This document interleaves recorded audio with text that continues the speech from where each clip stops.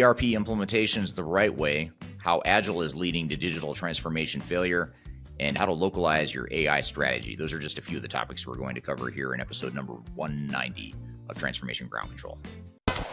Welcome to Transformation Ground Control. Ground Control. The podcast that covers everything related to digital transformation. This podcast features technology agnostic and international discussions related to digital strategy, software selection, implementation, change management, business process optimization, and everything else you need to know to make your digital transformation project successful. Whether you're embarking on an ERP implementation, supply chain transformation, or any other business or digital transformation, this podcast is for you. Now, here's your host, Eric Kimberling. 5, 4, 3, 2, 1.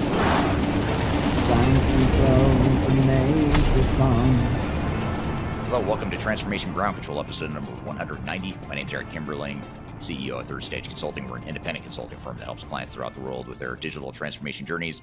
This podcast is about everything related to digital transformation, including the people, process, technology, and strategy sides of transformation.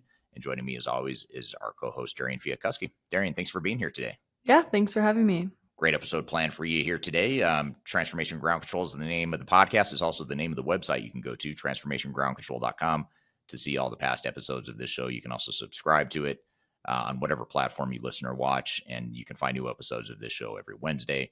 It is sponsored by Third Stage Consulting Group and produced by Major Tom Productions. So thank you for being here today. We've got a great show for you. We're going to cover a lot of different stuff, as always, all stuff related to digital transformation, though. We're going to get into some social media questions to start here in just a moment, some questions we've received on our social media channels.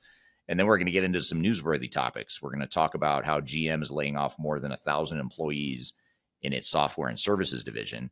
And then we're also going to talk about how nations are developing sovereign AI strategies to ensure their AI systems reflect local values, languages, and regulations. So we'll talk about the localization of AI strategies there as well. And then later in the show, we'll have our main guest here. Our main interview guest is Beaubouef, who's an author and consultant in the digital transformation and ERP space.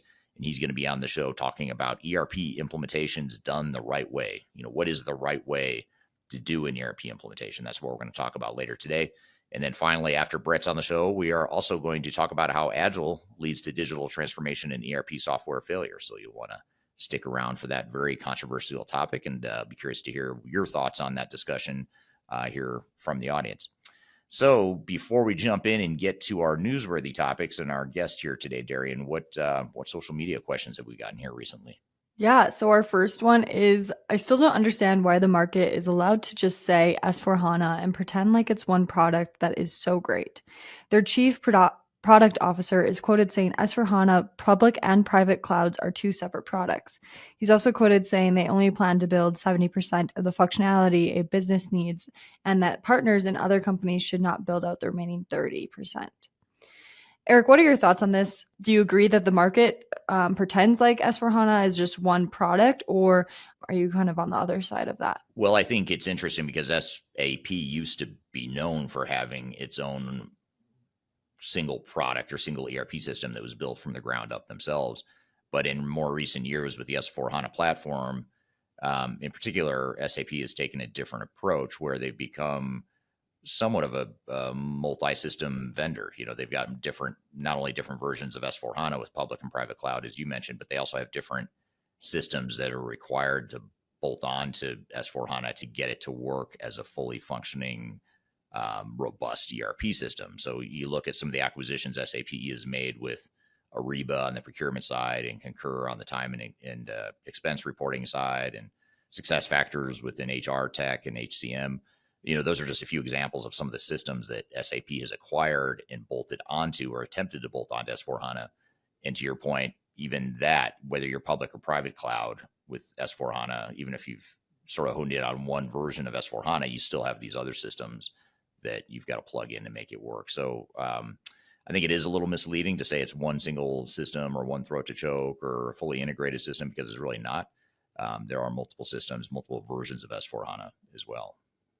For sure. That makes sense. So I guess this person had a point to, saying that, it's not just one product, it's multiple different products. And that's Yeah, what the market should, I guess, recognize. yeah, Our I would second agree. social question today is these rankings are getting crazy and so frustrating, obviously, because my business isn't even on the list. And seems like SAP people just put everything in one S4 bucket and pretend like it does everything. So this is kind of like the same type of question, I guess, or comment that, the SAP people are thinking the S4 HANA bucket is just one thing and that one thing does everything. And then what the ranking is for, that ERP system as S4 HANA isn't just one thing.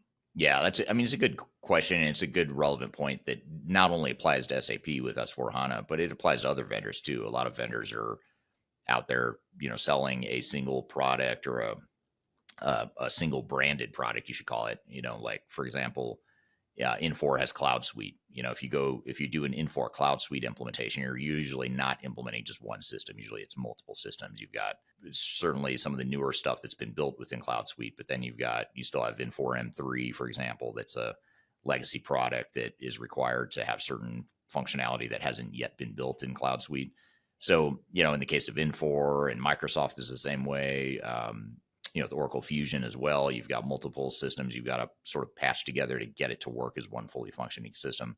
I think ERP vendors are actually becoming more of a best of breed model of vendor than they have in the past. I mean, you just, with this quick adoption to the cloud or this quick pivot to the cloud that these vendors have made, they just haven't been able to rewrite their software fast enough to create a single system. So it's understandable why they're doing it. Plus, the world is changing so fast and they want to be flexible and provide, a multitude of solutions to customers. And oftentimes the way they do that is they go out and acquire other systems and then they try to piece that together, patch it together with their core ERP system. So, vendors strategically, I don't think they've come out and said this, but it seems like a lot of software vendors are pursuing more of a best of breed model, but then they turn around and try and sell it as a single fully integrated ERP system. Not just SAP though. It's a lot of software vendors doing that same thing.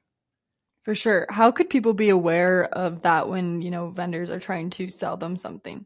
It's a good question. I mean, when you're getting your RFP responses, for example, you want to make sure you have the vendor specify what module or what system is going to satisfy your different requirements. And certainly when you get demos from the vendor, you'll want to clarify whenever a demo is switching between products or showing different bolt-ons or modules that you may not be aware of, you just want to make sure you're asking those probing questions to understand what you're being shown and what system is required to support what you're being shown in a demo. So those are two different ways. In the RFP responses as well as in the demos, you can be clarifying with the vendors what system is it that you're showing me and selling me, so I know what exactly I'm getting or being offered. For sure. That's some really good advice, I guess, for people, if they're in that process of getting their RFPs back or in that demo process. Different companies can watch out for those things that vendors maybe aren't going to clarify necessarily for them without any questions asked. But those were some really great questions. I know in the future we'll probably have really a lot more great questions as well, but I'm excited to get into the newsworthy topics today. Yeah, I've got a couple of them that you're going to get to here in just a moment. We're going to talk about GM and its recent layoff within its software and services division. And then we're also going to talk about AI strategies to localize your AI technology to reflect local values, languages, and regulations. And then later, after we get through those newsworthy topics, we'll have Beaubouef on the show, who will be on to talk about ERP implementations done the right way. We'll talk about what the right way means and what you can do to ensure that you're following some of these best practices and key success factors in your ERP implementation.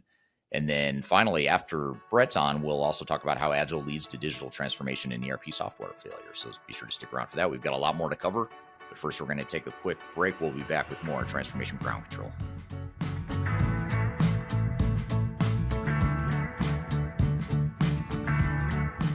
Hi, this is Eric Kimberling with Third Stage Consulting, and I want to invite you to join our annual tech agnostic conference called Digital Stratosphere. Digital Stratosphere is a conference that features some of the industry's brightest minds, greatest thinkers, and it's a great opportunity to network with peers, other industry people, other CIOs, other project team members that are going through digital transformations or ERP implementations. We've got a great lineup of speakers this year. It's a 3-day event, a lot of great entertainment, networking opportunities. I'll be there as one of the keynote speakers, along with some of my favorite speakers in the industry as well, both within Third Stage Consulting, but also outside the company as well. So I encourage you to check it out and learn more. You can go to stratosphere2024.com to learn more about the event. You can see the agenda, the way it's shaping up, and you can see some of the past testimonials of people that have attended. And the event is October 2nd through the 4th, 2024. It's going to be based in Denver, Colorado, downtown Denver, beautiful downtown Denver in the fall, which is a great time to visit Denver if you haven't been. Again, stratosphere2024.com. Check out the agenda. Check out our early bird pricing for passes. And the other beautiful things, if you can't be here in person in Denver, which we hope you can, but if you can't, you can also join remotely as well. We have virtual passes available as well, so you're able to join from wherever in the world you might want to join from. So stratosphere2024.com, check it out, and I hope to see you there. The last thing you want to have happen is for your digital transformation to end up in court. I've been doing this for 20 years and I have seen everything. My name is Marcus Harris. I'm a software and technology attorney focusing my practice on drafting and negotiating software-related contracts and litigating software disputes across the country. Feel free to reach out to us at taftlaw.com. We'd love to talk to you about the litigation process and what you can expect.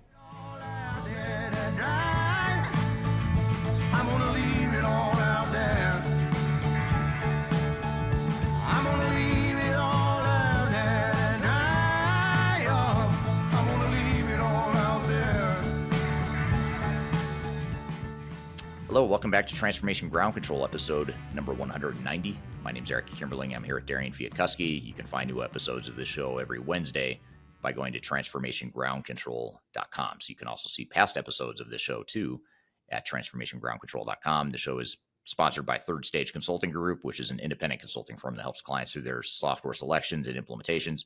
So be sure to check us out at thirdstage-consulting.com. So you've got a couple of newsworthy, interesting topics here for us. Darian, what have you got in store for us? Yeah, so this first one is an article that discusses General Motors laying off more than 1,000 employees in its software and services division, signaling a potential shift in the company's digital transformation strategy. The reason this is kind of a big deal is it's interpreted by the industry observers as a sign that GM and possible other enterprises are reconsidering their approach to software development and leaning more towards outsourcing rather than maintaining large in-house teams. So maybe they're starting to see this, micro trend of these large companies starting to outsource a lot of these things rather than having, a large in-house team. Eric, what do you think are long-term implications of GM's decision to lay off software workforce in favor of outsourcing, and how might this affect their digital transformation goals? That's a good question. I mean, I think there's a couple different ways to look at it. I mean, one is that by eliminating staff and outsourcing, they're reducing their cost structure and their fixed cost structure is decreasing, and now they're presumably spending a little bit more, but more on the more flexible side of the cost equation, to where it's not fixed costs, it's not salaries, they don't have benefits and all that stuff they have to pay on top of it. So I imagine that's probably why they did it, or that's a part of why they do it. I know publicly traded companies oftentimes are under that pressure to reduce their fixed costs, even if it means they're just going to shift that spending to outside spending with partners.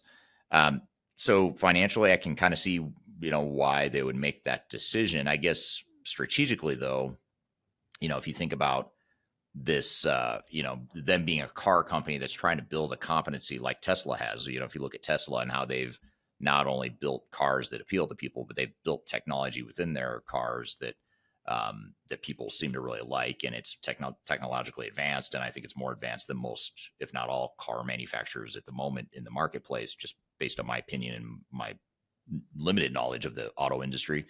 But I think the interesting thing, though, the interesting question I have is, are they trying to build this out as a way to differentiate themselves, to make, people want GM cars more because of the technology they have?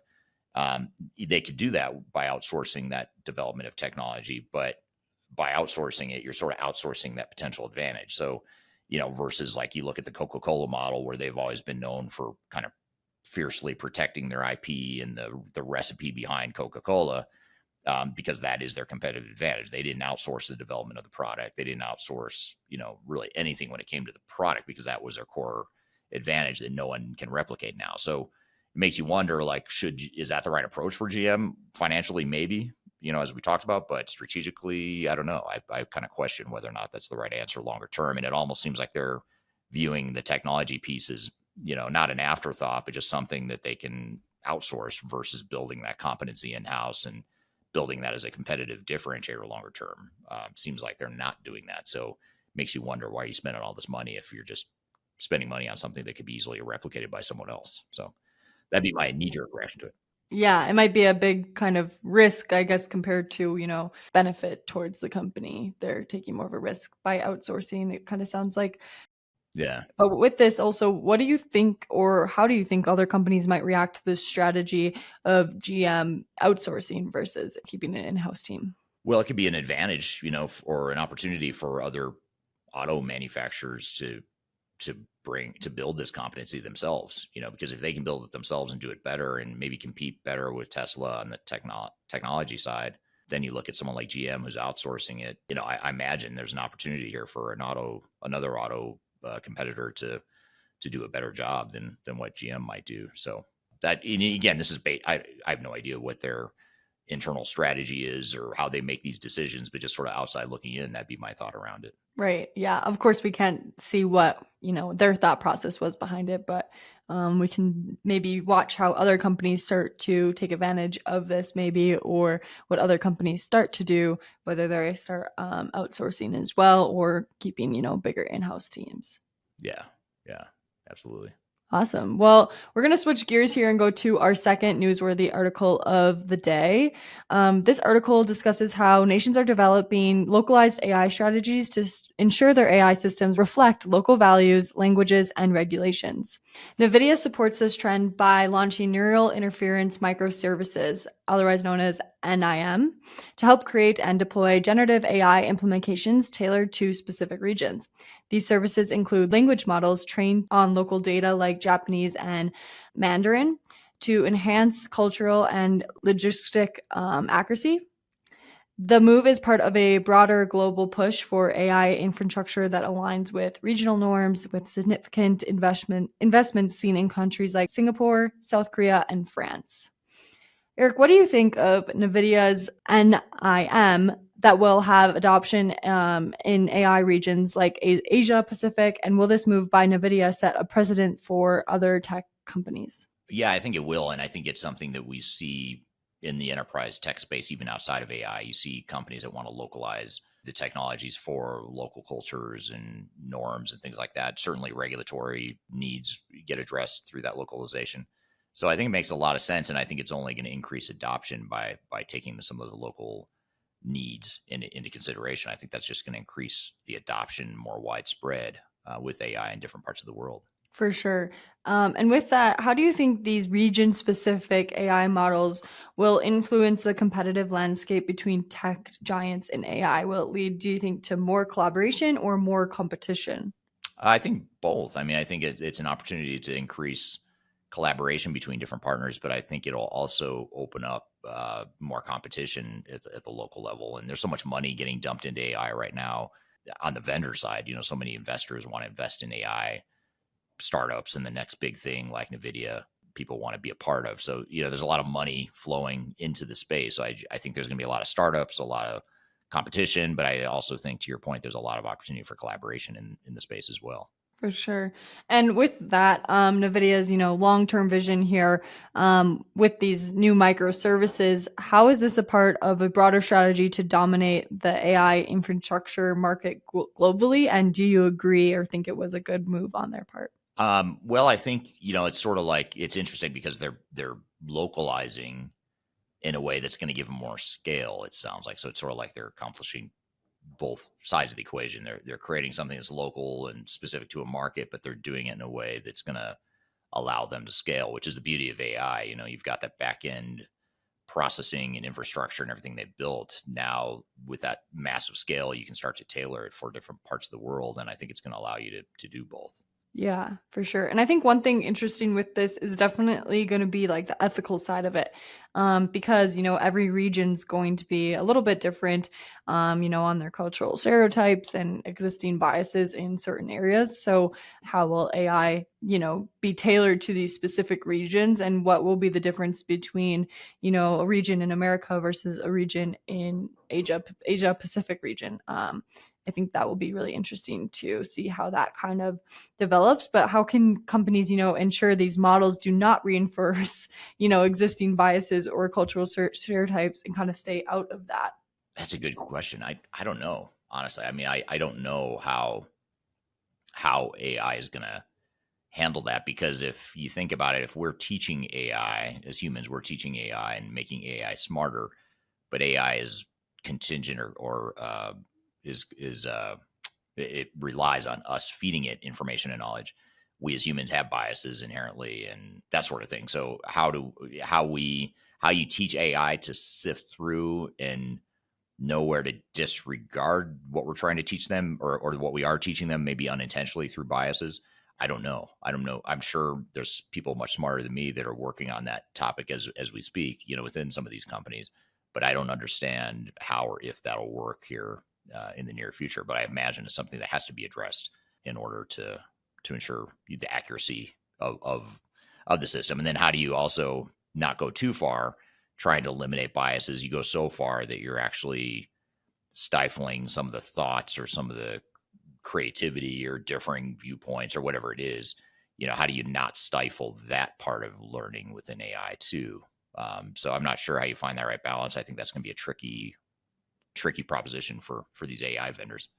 Yeah, for sure. It'll be interesting to see, how that develops, especially in localized areas, and, third stage being all over the country in APAC and EMEA and US. It'll be, or, North America, it'll be really interesting to see, what we're hearing from clients, specifically all around the world. Yeah. Yeah. And if you work for an AI vendor, if you have answers around this, I'd love to hear your thoughts too from the audience. If you know how, or if you have opinions on how you think vendors should be handling that side of things, as far as biases, localization, cultural nuances, all that stuff. I'm curious to hear the audience's thoughts here, because this is all kind of new to me too. So be interesting to hear what you guys have to say too. Yeah, for sure. Well, good. That's good stuff. Thanks for sharing those two newsworthy items. Those are both things I was not aware of until today. So thanks for sharing that stuff. And we're going to continue the learning journey here today as we learn more about digital transformations. We're going to shift gears and bring on our first guest here after a quick break. We're going to bring on Beaubouef, who's going to be on the show as an expert in the space. He's an author. He's a consultant. He's someone I've worked with for probably 12 or 15 years now, is when I first met him a while back. So we've both been in the space for a long time, and he's going to be on the show talking about ERP implementations the right way, what makes an ERP implementation done the right way, what causes failure if you don't do those things.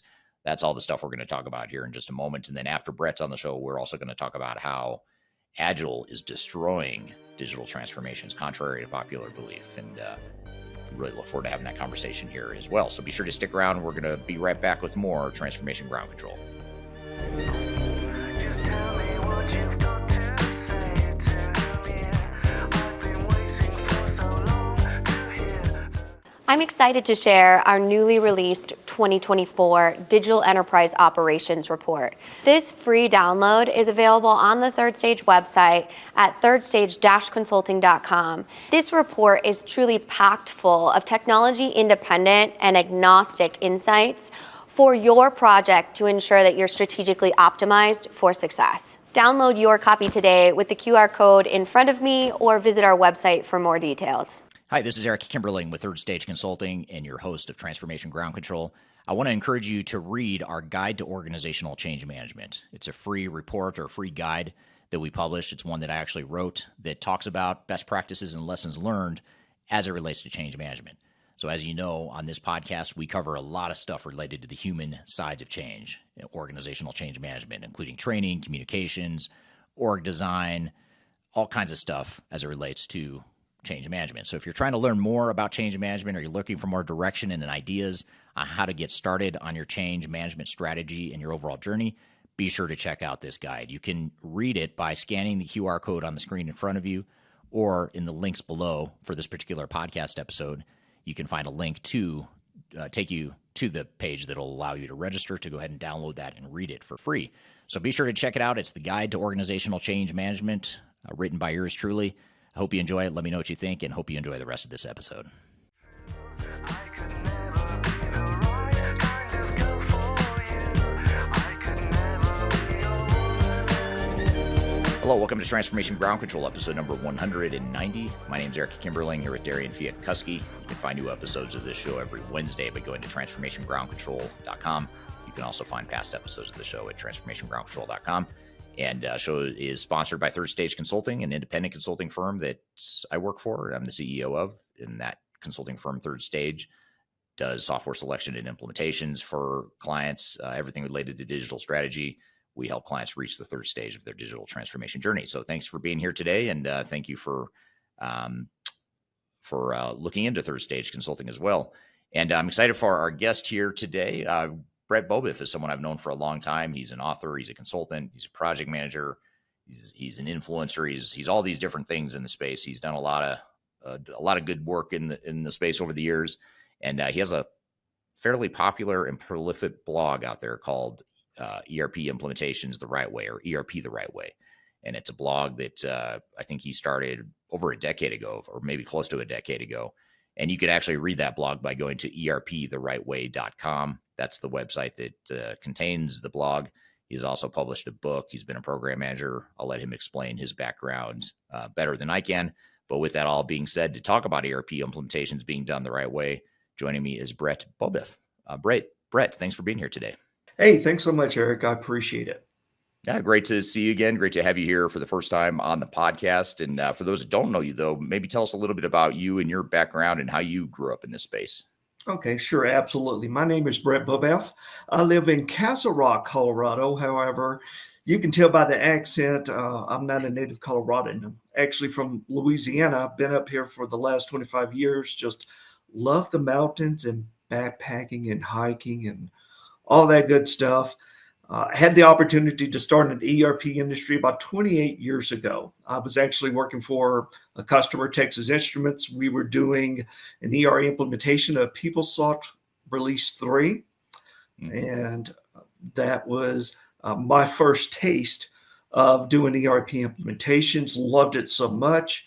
I started becoming a consultant. I worked my way kind of up the food chain.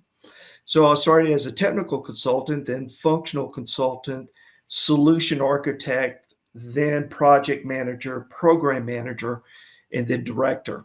So also during that time, I had the opportunity of being a IT director for an ERP implementation, and was able to see that perspective from a after go live support. Also spent some time in Oracle doing business value realization, where we actually would come back after the implementation and see how the business metrics have improved. Also, what were some of the KPIs that the customer wanted to focus on, and then come up with plans as far as incrementally hitting those KPIs. And then currently right now, I'm kind of at large looking for my next project, but the last 2 years I spent getting back into project management, and it really leads back to my passion, which is writing on ERP implementations. I'm a kind of person that I need to have hands-on experience and always be involved in something to get the right and the best perspective. There's a lot of content that's out there, Eric, but when you live it, when you do it every day, I think that gives you some credibility. I think that helps you to focus on the key critical path of things that you need to do as a consultant. Also, just understand the ramifications of realities that you have to deal with. There is the theory of this is what you should do, but a lot of times it's you got these constraints that you have to deal with and still work within that in order to be successful. So that's a little bit about myself. Right. So you and I kind of grew up or started growing up in this space right around the same time, 25 years ago. And you early on, I only say this because I've been reading your stuff for a long time. And in fact, I think that's how I first came to know you probably 12 years ago or something like that, maybe longer. But tell us about this blog. You started a blog called ERP the Right Way, and you've had this blog for a long time. You've published a lot. You're very prolific in the space. Tell us about the blog, what inspired you start it, when you started it, all that good stuff. Okay. Well, I'll take you a step before that. And it was an opportunity. Sometimes whenever, you're let go from a job, it's hard to see that as an opportunity. But I really saw that as an opportunity. I was ending up a particular effort and I had this additional spare time. So I wrote a book on ERP implementation best practices. And having that time off gave me the opportunity to do that. Now, during that time, I kind of grew up in ERP from different roles and perspectives. And that, I think, helped me to have different insights that I wasn't seeing out there in other books. So that was my passion that was really driving me in writing that book. So wrote that book, and then as you write a book, you step back for a couple of years and you look and say, you know what, I could have said that a little better. Or, you know what, I learned something new here. And instead of, writing another book or another edition, I said, I tell you what, let's start with a blog, because I wanted to have some interactions with my audience and more real time to get feedback to, give me guidance in terms of, okay, this is helping me versus this is not helping me. So I started a blog called ERP the Right Way. I've been blogging for about 8 to 10 years. And I do about 4 postings a year.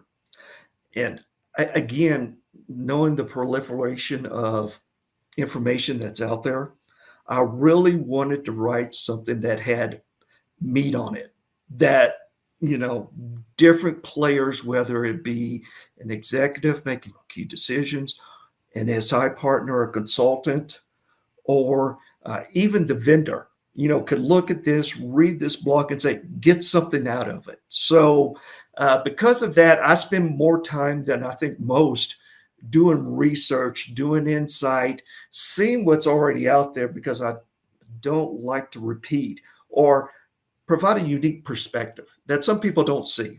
And I've been doing that and enjoy it. I love sharing my knowledge. It's my hobby. It's one of my many hobbies. Wouldn't necessarily say it's it's the greatest. It's an exciting hobby, but it's something I like to do and enjoy. Is to share information with others, and as I get that feedback, I learn to be a better consultant.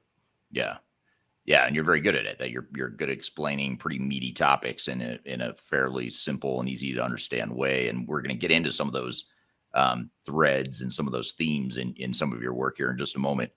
Before I jump into my first question, though, for you, Brett, my first question about your work, I want to say hello to the audience here, just some of the people that have commented where they're joining from today. We've got James from Hereford, UK. Thanks for being here again today, James. Carol Ann from Ontario, Canada. Alcinda from Johannesburg, South Africa. Andy from Minneapolis. Victoria from Canada. Thank you all for being here today. Hardik from Copenhagen, Denmark. Frank from London, UK. Zulfikar from India. Thank you for being here. And I'm going to try pronouncing this, and I apologize. I'm going to call you Uba, even though that's not your full name. I'll say Uba from Dubai. Thank you for being here today. Tamara from South Africa. Thank you. So great audience here today. Thank you for chiming in where you're joining from today. People all over the world here to hear this conversation here today, Brett. So thanks for the audience for being here. And of course, thank you for being here, Brett. So let's start with understanding what it means when we say ERP the right way. I'm going to use air quotes here. The right way. There's a right way and there is a wrong way. I mean, believe it or not. I mean, it almost sounds too simple to be true, but it is true. I mean, there are things that if you do things the right way, you're a lot more likely to be successful than the common mistakes that are made. But when you've emphasized the importance of doing ERP the right way in your work and just your experience and your writings, what does that mean? I mean, what does that mean, and why is it so critical to organizations? Eric, that's an excellent question. And I really thought long and hard about it.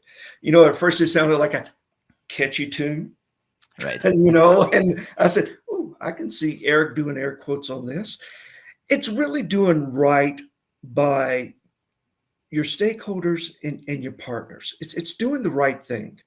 Mhm. And I know it probably says, well, that doesn't sound complicated. It's really not. Again, there's a lot of information. We've been doing ERP implementations for the last probably 30 years.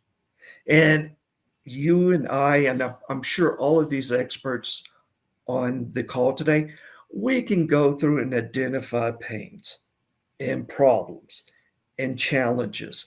There's nothing new under the sun. But doing it the right way. Now, I'll give you some examples of what I mean by that. And I really, and forgive me, I'm kind of a passionate person. And when it especially comes to this, I get a little passionate. It's doing right by your stakeholders and your customers. So, case in point, let's talk about the three key players in an ERP implementation. Let's start with customers. Okay, so customers. There's still quite a bit of ERP software selections and decisions that are made subjectively, not objectively. And, that always sends inappropriate or wrong expectations. Sooner or later, that'll come back to bite you. So that's one area that customers may not put in the effort needed to fully realize and have an objective means to see all the different perspectives of software. And when I say software, it's more than software. Software is just a small piece of it. It's more services. What kind of services are going to be there since we're going to the cloud? It's knowing and understanding that, seeing that larger picture. From an SI partner perspective, it's about having the right people on the job. And it's also knowing and realize that an ERP implementation is not a part-time project. Yeah. It's having people dedicated. And what I mean by dedicated, it's not like, okay, you get a name resource, but they're spending the majority of their time working on that project. I can ask you as a customer, do you feel comfortable having maybe a dedicated name, but they're only working 50% on your ERP project? Odds are no. Right. So it's making that investment there. From a vendor perspective, and you can tell it's also about having shared risk and rewards. You look at most of the contracts that are out there today with major ERP vendors. Most of the risk is with the customer as far as that implementation be success. The SI partner has some, but the vendor doesn't have necessarily much stake in the game. It's still like the old traditional, if you remember the on-premise, I'll sell you the software and then I go away. Still some of that mentality is out there. And I know Constellation Research did a paper last week talking about where they were starting to see customers get a little more frustrated that they weren't getting the value out of their ERP investments. So making that stretch, I think it's important whenever you do talk partnerships. It's a real partnership. That means shared risk and rewards. For SI partners, that means having dedicated people working on that project, also focusing on the end goal of not necessarily, it has to be more than contract obligations.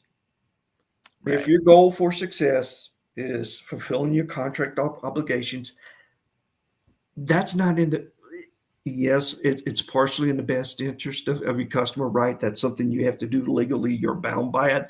But really, to get them successful, you have to stretch, go beyond that. And my blog is talking about, here's these areas where we need to stretch. I know a lot of times we feel that there are shortcuts in ERP implementations, especially going to the cloud. There are not. You can have your tools, right?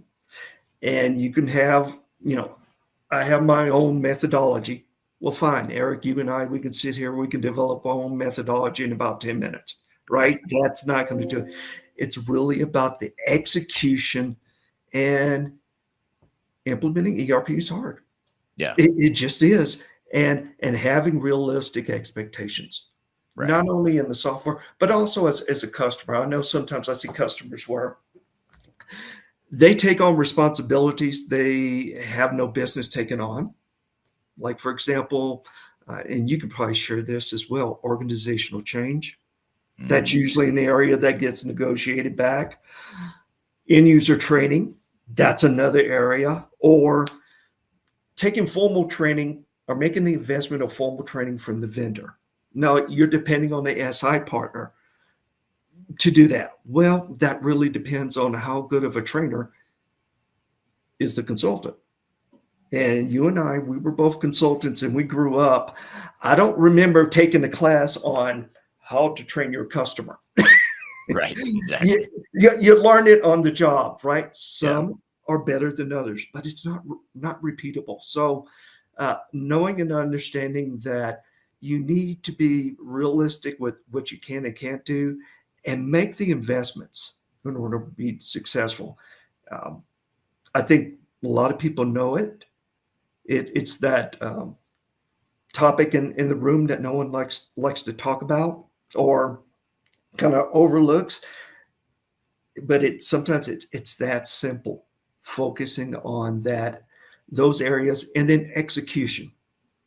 Right. It's all about execution. So Yeah. sorry, that probably took longer than what you expected, but No, that's pretty impressive. You could answer that such a broad question in such a concise, set of summarized themes there. And you hit a lot of really good points. I'm here with Brett Beaubouef. We're talking about how to do ERP implementations the right way. We've got a lot more to cover here in the conversation, so be sure to stick around. We're going to take a quick break. We'll be back with more Transformation Ground Control.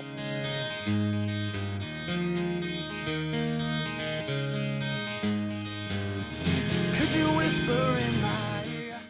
I recently published my first book. It's called The Final Countdown, Strategies to Reach the Third Stage of Digital Transformation.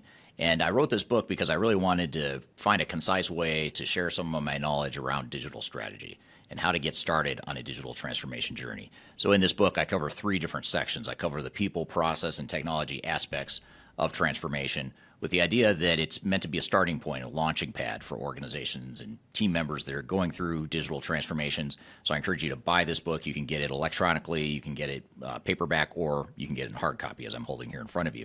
You can get it by going to thefinalcountdown.com. You can also search for it on Amazon if you shop at Amazon. Otherwise, just go to thefinalcountdown.com. Love to hear your feedback on this book as well. So I hope you check it out and hope you enjoy. Interested in working for a company that truly values your unique skills and experience? Here at Third Stage, we don't hire based on resumes alone. We look at the full candidate, experience, and willingness to provide excellent service for our clients. Within a technology, independent, and agnostic consulting firm, you have the opportunity to learn across industries with a diverse group of clients. Our consultants also have the opportunity to diversify their portfolio and learn across technology systems. If you're interested in joining a high-growth entrepreneurial organization, please reach out to us at work@thirdstage-consulting.com. Can I do anything you ever dreamed to be complete? Yes, I'm enough. That's all. Hello and welcome back to episode number 190 of Transformation Ground Control. My name's Eric Kimberling here at Darian Chwialkowski. You can find new episodes of this show every Wednesday by going to transformationgroundcontrol.com. This show is sponsored by Third Stage Consulting Group, which is an independent consulting firm that helps clients through the world with their digital transformation journeys. And the show is produced by Major Tom Productions. And I'm here with Brett Beaubouef. We're talking about how to do ERP implementations the right way. Your comment about the contracts. Your contract's not going to guarantee success. You could have a fully compliant situation where you've been fully compliant with your contract. Vendor has delivered perfectly to that contract. right. And you could still end up with a complete failure on your hands. And guess what? It may not even be the vendor's fault. It may Yes, not sir. be, it may not be that they didn't deliver a functioning, working ERP system. It's the other stuff that's not going to show up in a contract. And it's, you know what I mean? So how do you how do you you talked about educating customers too, or educating clients in kind of understanding their situation, but how do you help clients understand that, okay, vendor did what they're supposed to over here. They did A, B, and C, check all the things on the contract, but there's more to it than that. Like, how do you connect that dots or fill that gap for customers when you're Well, working? you know what? I'm actually working on a blog on that right now, Eric, and actually something that you taught me when we worked together in the past that worked out well is, having in clauses and metrics that make sure that the vendor continues to have skin in the game, Mm. if I can say it bluntly like that. Yeah. Case in point, the key references clause, where you should be able to identify, okay, here are some key key resources. My apologies. Key resources that are on this project. They're always going to be on this project. So no switching out. They're Right. always going to be on this project. But also going to that next step, Eric, is a certain minimum percentage. They have to be on there, because having that, ensures that, there's that continuation, because usually with SI partners, they definitely start off with the best that they have available, right? Yeah. And then you slowly build those relationships, but those relationships are more tact, as I call them, not really formal relationships. And if there's a switch in those resources, sometimes you lose that relationship value. And sometimes it feels like you're having to re-explain that again. I've heard that from customers, as a concern that they're having to retell the story over and over again. I think you lose momentum. In a perfect world, there should be a merging, right? But I rarely see that happen. So that's one area that I would call out, and I would recommend to customers to say, hey, you know what? Yes, there's some resources that may come in and come out, mostly from a technical perspective, but functionally, and then from a leadership perspective, I have the same people, because I'm making an investment of time in these people that are going to help us execute faster. So that's one area. Number two, from a selection perspective, sometimes selection processes, and this is how I grew up, so it may have changed, but a lot of time and effort is spent on the software, seeing the software fit, seeing if they have these functionalities and capabilities. I recently did a LinkedIn survey and asking about what were the common issues and challenges. Over 80%, when I did a summary, it was informal, but a summary had to do with the customer and the SI partner. Selecting the SI partner has more of an impact than even the software. Selecting the right one. And a lot of times those are in silos, because you do the software selection and say, okay, we got the best software. Now SI partners, who should that be? A lot of times that's usually the SI partner that's bringing the business to the vendor. Right. That's the priority. I would, pretty much insist on the vendor to put some skin in the game. It's like, no, you recommend to me who's the best. I am not going to go through this process again. You're going to recommend who's the best vendor for this. You do that internal analysis. You make that determination. I'm going to put you on the hook for that. And if they don't deliver, that's going to come back to you. Now, some vendors provide. That's a reason why they have, their own professional services arm, right? So they can be that one throat to choke. But that needs to happen regardless. So building in that dependency, I think is important as well. So that's something I'm working on right now. But making the customer aware and ensuring that everyone is having an active part throughout the implementation. Right. If not, it's going to be, well, hey, that's your problem. That's not my problem. And I don't think that's the right approach. Yeah, you get into the finger pointing Yes, blame sir. game at that point.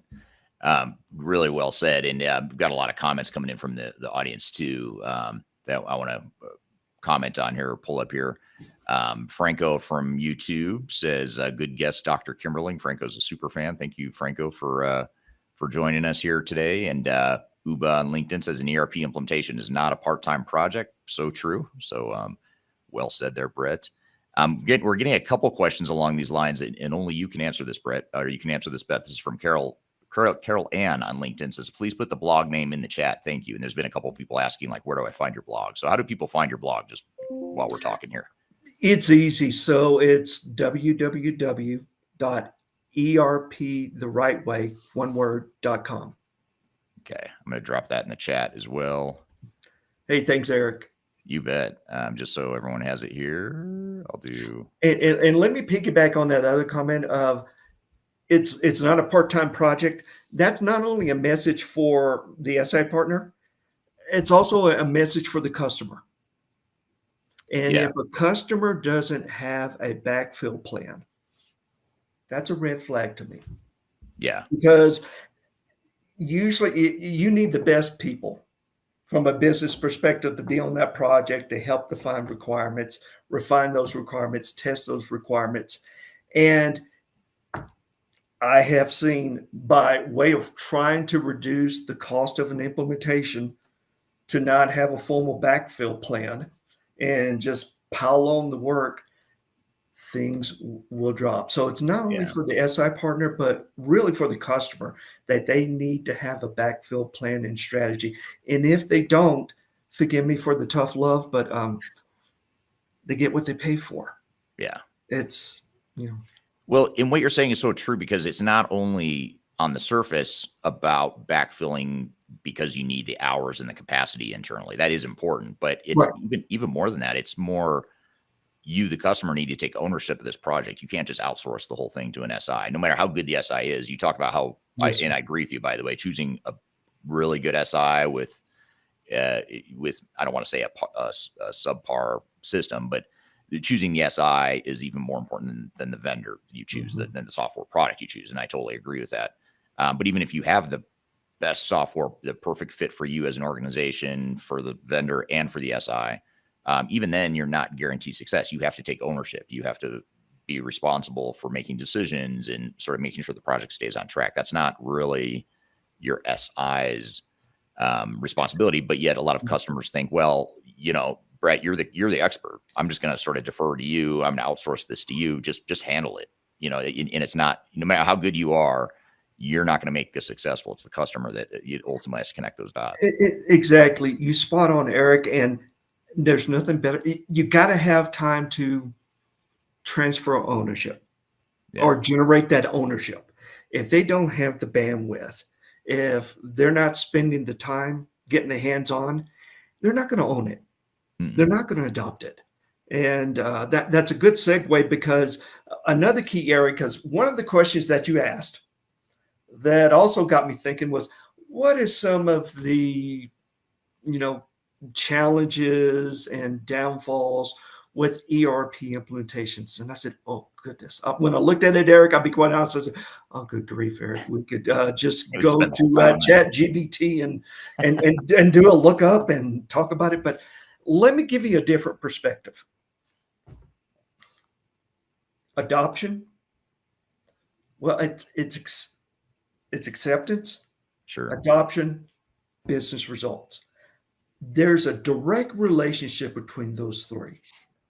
And if you don't have that adoption up front, you're not going to get that acceptance, and then you're not going to see the business results that you want to see. We talk about top-down ownership, right? Right. I feel that we also firmly feel and believe that we need to have bottom up. You think about who has the most impact on ERP implement success once it's live. It's not the executives. It's the end users. Keying in the information, leveraging and using this system correctly or incorrectly, right? they're going to have the largest long-term impact.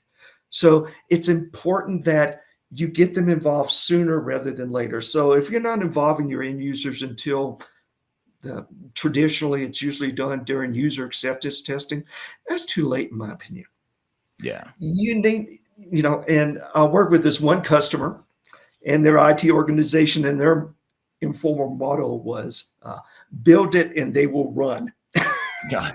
Instead of they will come, they will run. And they say, Brett, but it's because users want involved. When people have an opportunity to provide input, it slowly starts building some of that adoption and acceptance. Now, you need to craft that because you can't meet all their needs. You're going with commercial off-the-shelf software package, right? But kind of tailor that and structure that, make them feel part of the project. It's more than just one-way communication. It kind of has to be both way. But that takes a lot of work, a lot of coordination, a lot of effort.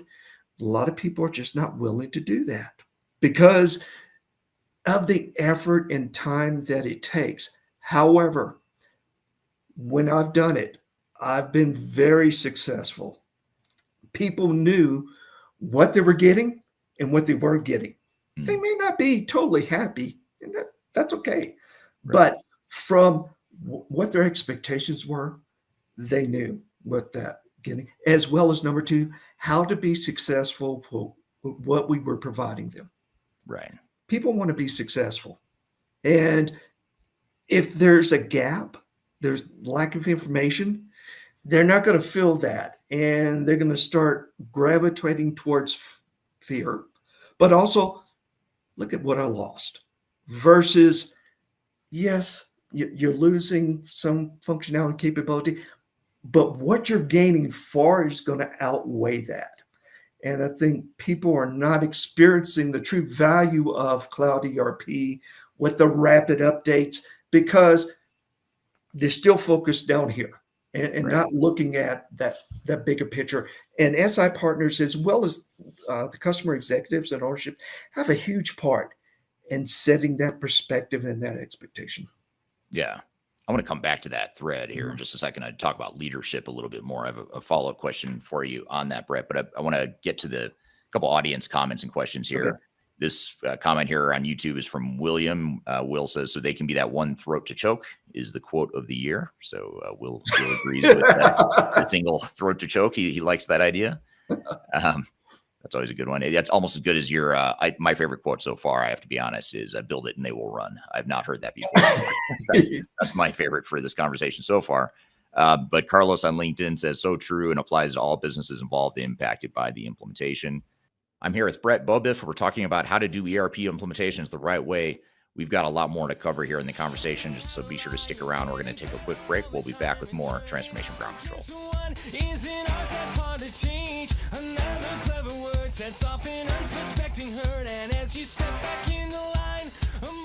If you are involved in any sort of digital transformation or business change initiative, you will want to download the Digital Transformation Report. With its comprehensive overview of business and technology trends and best practices, this report is a must-have guide for any transformation project or executive team. Download this free report by visiting Third Stage Consulting at thirdstage-consulting.com. You can also visit our website to learn more about us or download independent reports, videos, and other best practices.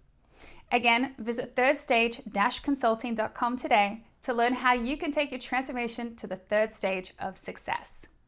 Are you looking for ways to promote your product or service to enterprise technology decision makers and influencers throughout the world, like the ones who listen to this podcast? Major Tom Productions creates media, events, and influencer marketing for B2B technology providers. Our productions are exciting, educational, disruptive, and effective. Most importantly, they create results. Our content is unlike any other in this industry, engaging, influential, and trusted by technology buyers and influencers throughout the world. Each month, our productions reach hundreds of thousands of targeted buyers and decision makers who trust and engage with our honest and tech-agnostic content.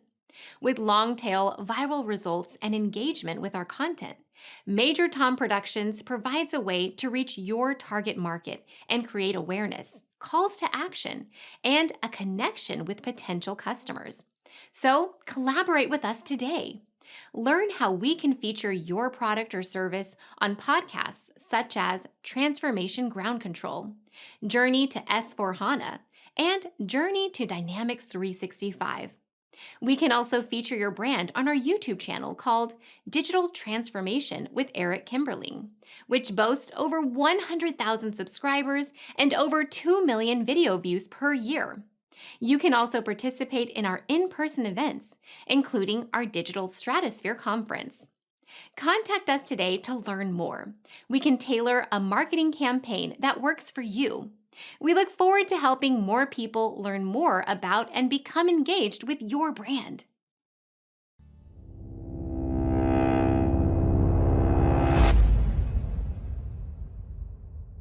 With 1,000 lies in a good disguise, hit 'em right between the eyes, hit 'em right between the eyes. When you walk away. Hello and welcome back to episode number 190 of Transformation Ground Control. My name's Eric Kimberling here at Darian Chwialkowski.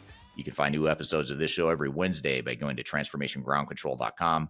This show is sponsored by Third Stage Consulting Group, which is an independent consulting firm that helps clients through the world with their digital transformation journeys. And the show is produced by Major Tom Productions.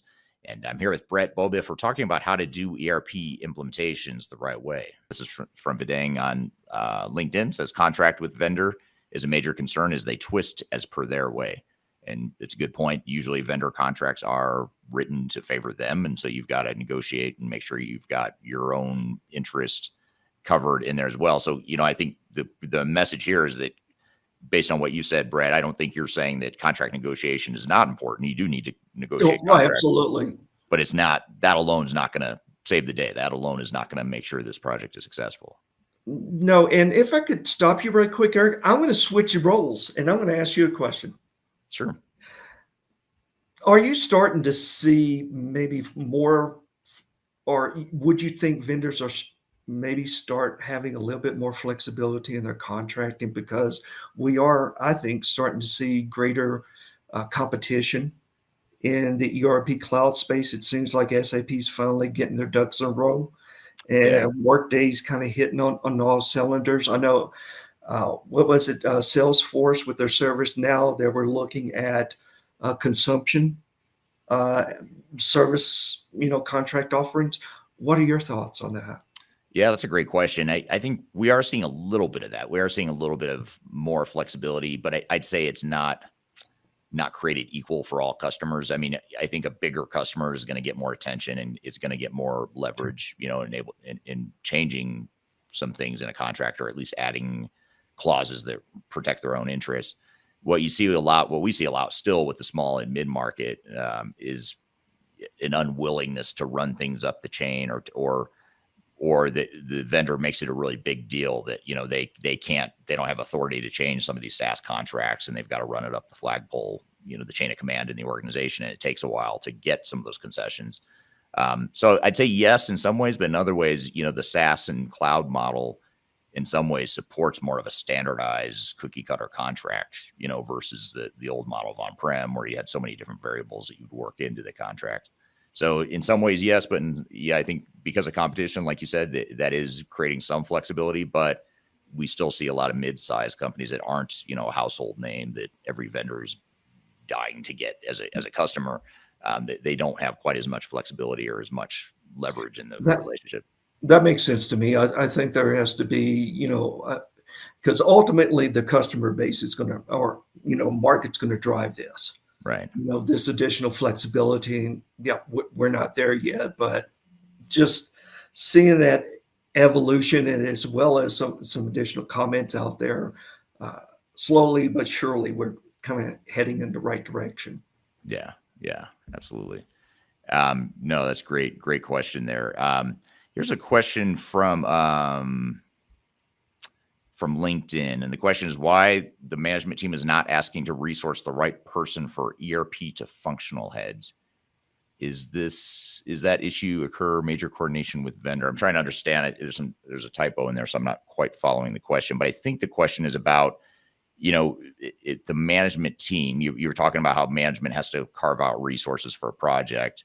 Mhm. How do you handle that sort of coordination with the vendor, or I guess what's the client's role in working with the vendor once you've designated some of these resources? I'm not sure if that's exactly what you were asking or getting at, Badang, but I'll sort of shift it to what I think you're asking. So what are your thoughts there, Brad, as far as coordinating with the vendor and getting the right resources from the internal team to coordinate with the vendor? I think we already kind of talked about previously about listing out those key resources Yeah. and the amount of time that they're going to be dedicated on that project. That's number one.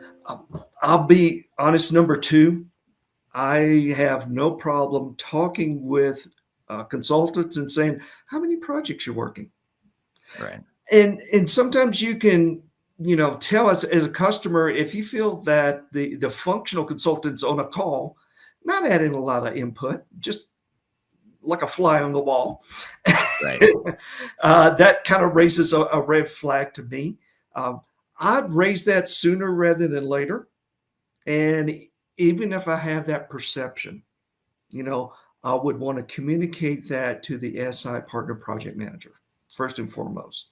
I say, hey, look, I want to make sure that I have their full attention because that's what I paid for and that's what I want. Showing up late to meetings is also one of those pet peeves that I have, but it also shows that, hey, sounds like this guy's just jumping from one customer or one to another, and that just doesn't sound right because I know each customer wants to make sure they get the maximum value and advice and guidance from that consultant. But when you're competing against multiple customers, that's not your problem. Right. That's the SA partner's problem, and Right. they need to manage that. Yeah. Makes sense. So what you've been talking a lot about leadership so far and in the importance of leadership and management and providing the right resources and direction for a project. What about for those that are listening here today that are executives on projects? What advice would you give them for, just what they need to be thinking about as they lead an initiative like this? A couple of things. Number one is it's important that you share the vision with your team. And you need to share that multiple times. And I almost think of it in terms of kind of an iterative and progressive elaboration of that vision. Because maybe sharing the vision at, say, like at the kickoff, this is what we want to do. We want zero customizations. Everyone's bobbing their head, not really realizing what that means. Where that executive has to reinforce that and further maybe elaborate on that. And that's where working with the SI partner, I think, is very important. I know that when I'm working with executives, I'll be honest, there are messages that I need for them to say. I can say it, it just will not mean as much as the executive doing that. Because taking over that ownership, you think that's a natural process. It's not. And the SI partner needs to guide the executive. And here's how you take ownership. Here's the messages I need for you to communicate. Here's where I need you to be involved. I need you to make a decision here.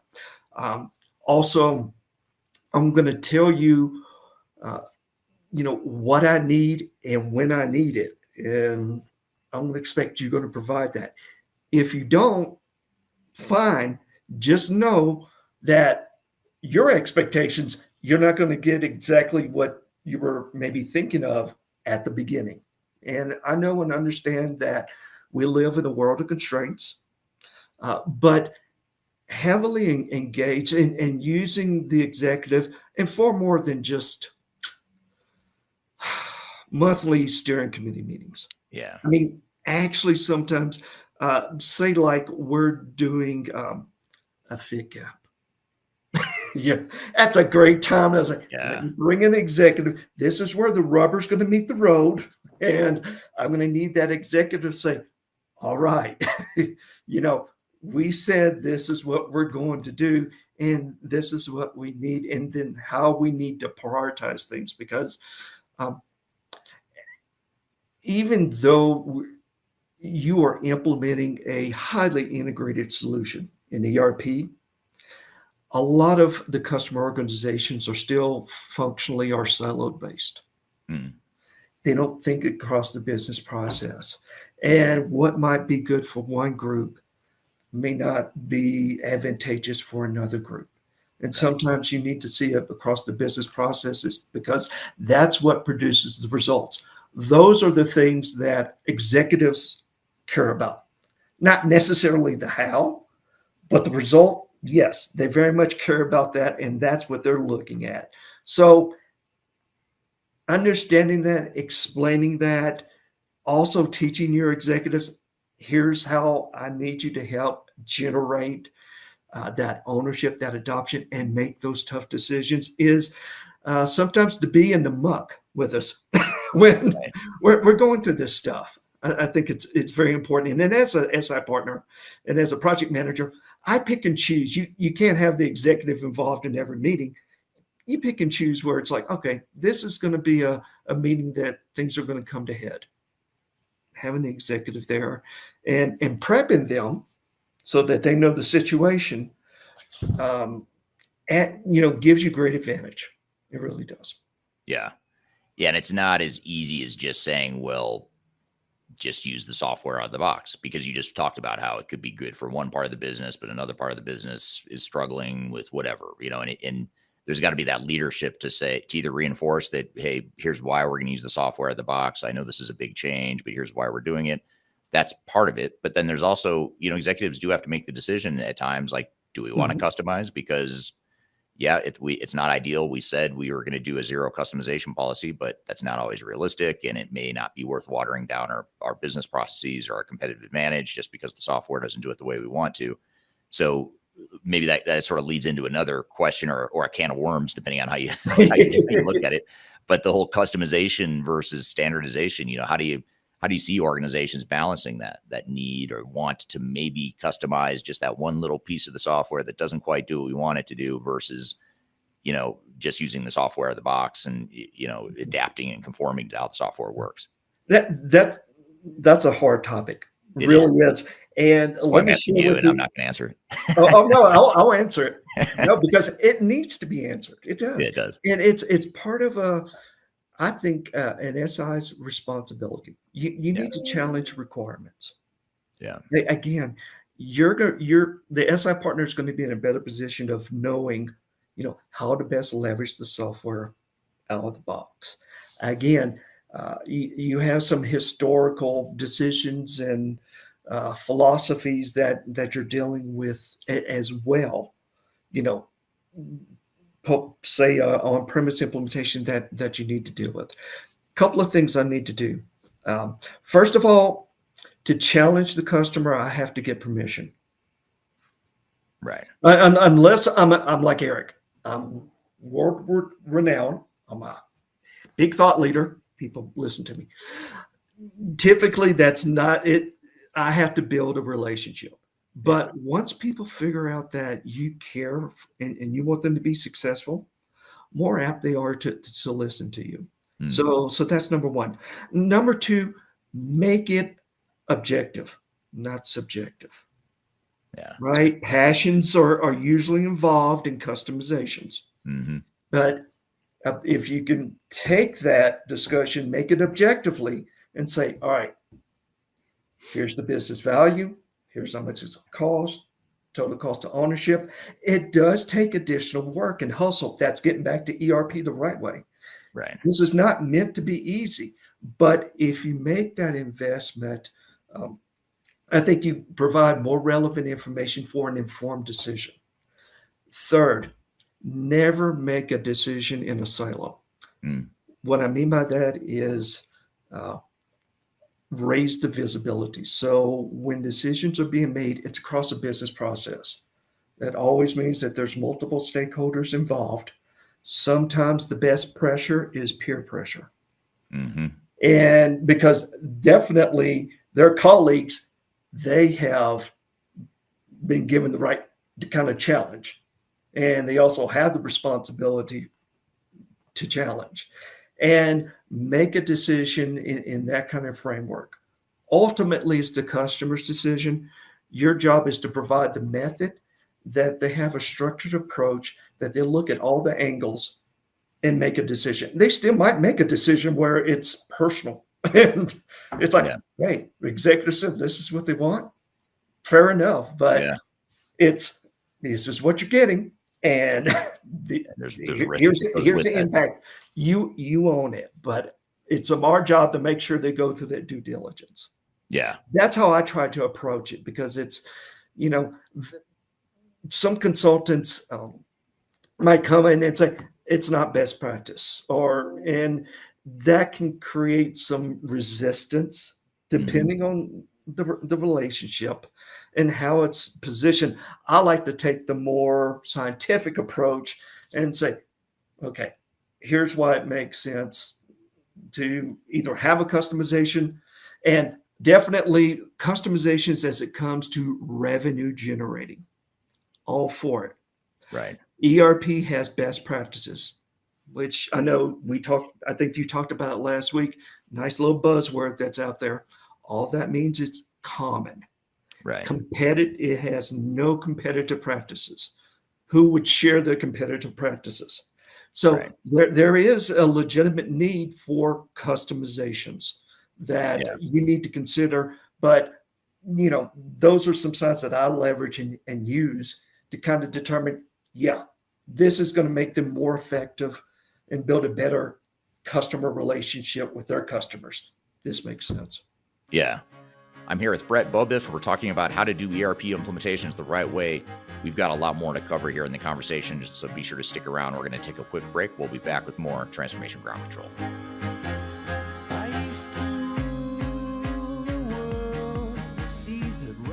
Hi, this is Eric Kimberling with Third Stage Consulting, and I want to invite you to join our annual tech agnostic conference called Digital Stratosphere. Digital Stratosphere is a conference that features some of the industry's brightest minds, greatest thinkers, and it's a great opportunity to network with peers, other industry people, other CIOs, other project team members that are going through digital transformations or ERP implementations. We've got a great lineup of speakers this year. It's a 3-day event, a lot of great entertainment, networking opportunities. I'll be there as one of the keynote speakers, along with some of my favorite speakers in the industry as well, both within Third Stage Consulting, but also outside the company as well. So I encourage you to check it out and learn more. You can go to stratosphere2024.com to learn more about the event. You can see the agenda, the way it's shaping up, and you can see some of the past testimonials of people that have attended. And the event is October 2nd through the 4th, 2024. It's going to be based in Denver, Colorado, downtown Denver, beautiful downtown Denver in the fall, which is a great time to visit Denver if you haven't been. Again, stratosphere2024.com. Check out the agenda. Check out our early bird pricing for passes. And the other beautiful things, if you can't be here in person in Denver, which we hope you can, but if you can't, you can also join remotely as well. We have virtual passes available as well, so you're able to join from wherever in the world you might want to join from. So stratosphere2024.com, check it out, and I hope to see you there. The last thing you want to have happen is for your digital transformation to end up in court. I've been doing this for 20 years and I have seen everything. My name is Marcus Harris. I'm a software and technology attorney focusing my practice on drafting and negotiating software-related contracts and litigating software disputes across the country. Feel free to reach out to us at taftlaw.com. We'd love to talk to you about the litigation process and what you can expect.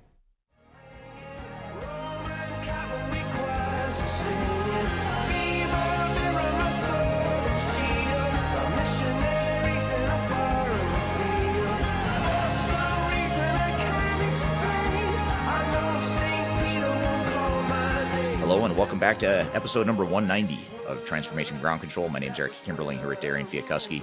You can find new episodes of this show every Wednesday by going to transformationgroundcontrol.com. This show is sponsored by Third Stage Consulting Group, which is an independent consulting firm that helps clients through the world with their digital transformation journeys. And the show is produced by Major Tom Productions. And I'm here with Beaubouef. We're talking about how to do ERP implementations the right way. There's so much noise around this concept of customization. In what I mean by that is, first of all, on one hand, you have vendors and consultants who say, hey, don't customize. It's a bad thing.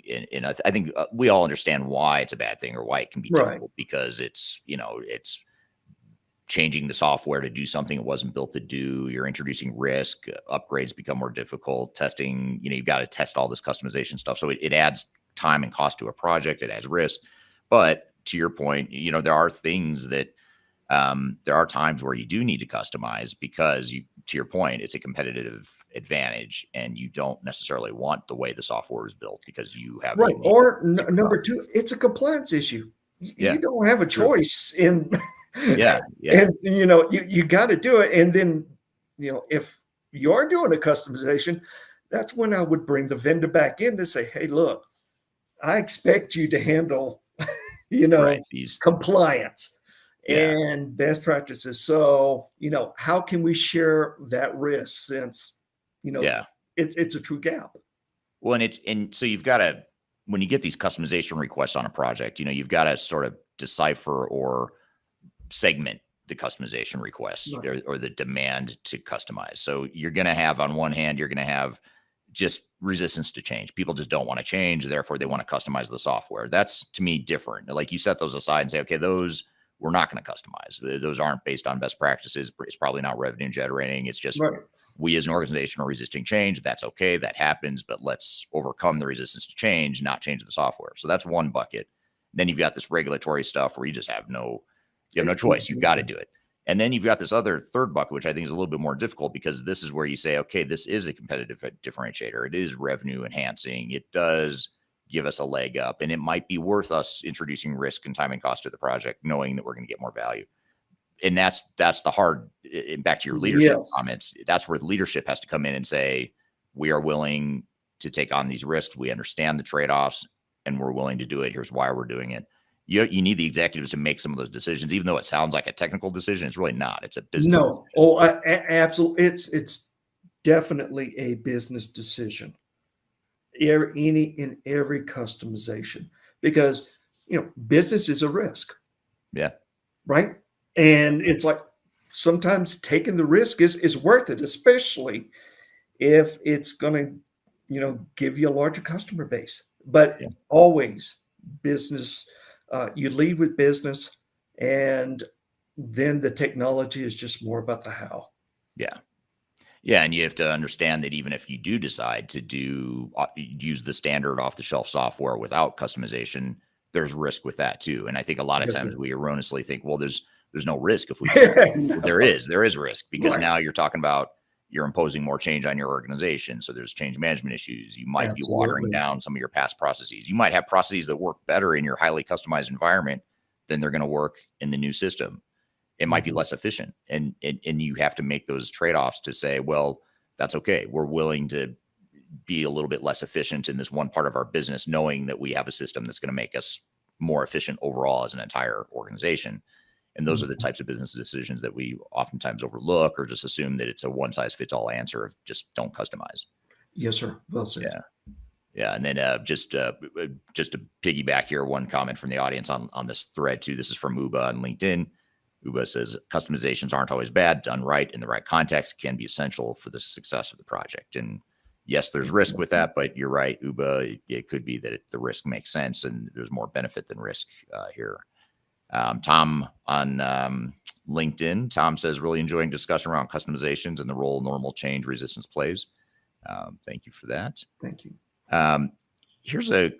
Here's just a kind of a general comment, and I'm curious to see if you have any thoughts here, Brett. But this is from Vidang on LinkedIn. It says changing the processes again after the first trial is a sign of further trouble for ERP implementation project ? So I guess here is, do you see that a lot where customers are changing their processes, changing their requirements, not really sure of what they want to be when they grow up, and that, how often does that end up leading to difficulties or delays on a project? That could be a key concern. Usually what I do, and I try to minimize that as much as possible. When I work with customers and I make recommendations to them in terms of, what to implement, I tell them to implement at their current business model maturity level. Mm. I'm a firm believer that technology by itself doesn't create maturity. So first and foremost, that's part of my driver in terms of why. Evolving requirements, like a net new process, evolving requirements, very hard to nail down.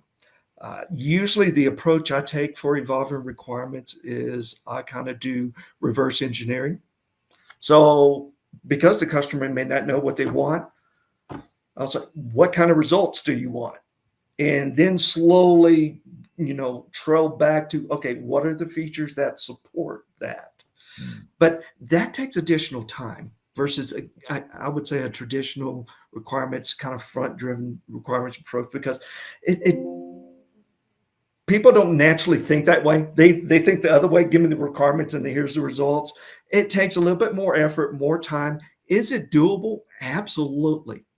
But I try to minimize that as much as possible. And then number two, take the right approach, because your commenter is absolutely right. You might get a set of requirements. Here's the results. I don't like that result at all. Right. That's totally off. And that can really slow down a project, as well as there's so much other stuff that's changing as far as organizational change and risk inherent with just a ERP implementation where you're at today. I see that as maybe too much risk of, hey, you know what? I'll tackle that in a future project. First, I got enough change to worry about. Let's get this down. Let's get this solid. And then let's build upon that. Unfortunately, there's still that mentality with customers that they had, say, if you recall back with the on-premise, Eric, where customers feel either I get it in the first implementation or I'm never going to get it. Right? Yeah. So I'm going to ask for everything. And the beauty of the cloud is that, hey, you getting frequent updates.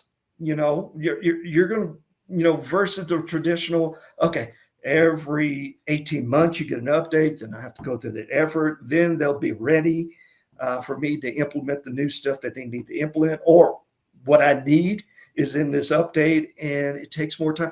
Now it's more readily available, and customers need to see the longer game and be empowered and enabled for that longer game versus trying to get everything they need in the initial implementation. That's the beauty of the cloud is that it's ongoing, that, from a technical perspective, you're always up to date. Right. And nothing's stopping you from a technical perspective in pursuing new functionality versus an on-premise. That mindset, I think a good SI has to educate not only the customer from a business perspective, but also from an IT perspective, to say, hey, you have more flexibility now than what you did in the past. So, right. Yeah, that makes total sense. Here's a question that I think is worth noting, just building on what you were just saying, Brett. This is from Mary on LinkedIn. Mary says, do you start with an MVP? And for those that don't know, MVP is a minimum viable product. And you were just talking about how things are different today, Brett, than they were in the past with on-prem, where you almost felt like you had to get everything crammed into one big bang phase of a project. Do you see this MVP concept working well in cloud ERP implementations, or how do you see MVP, the concept of MVP, fitting into projects? Mary, that's an excellent question.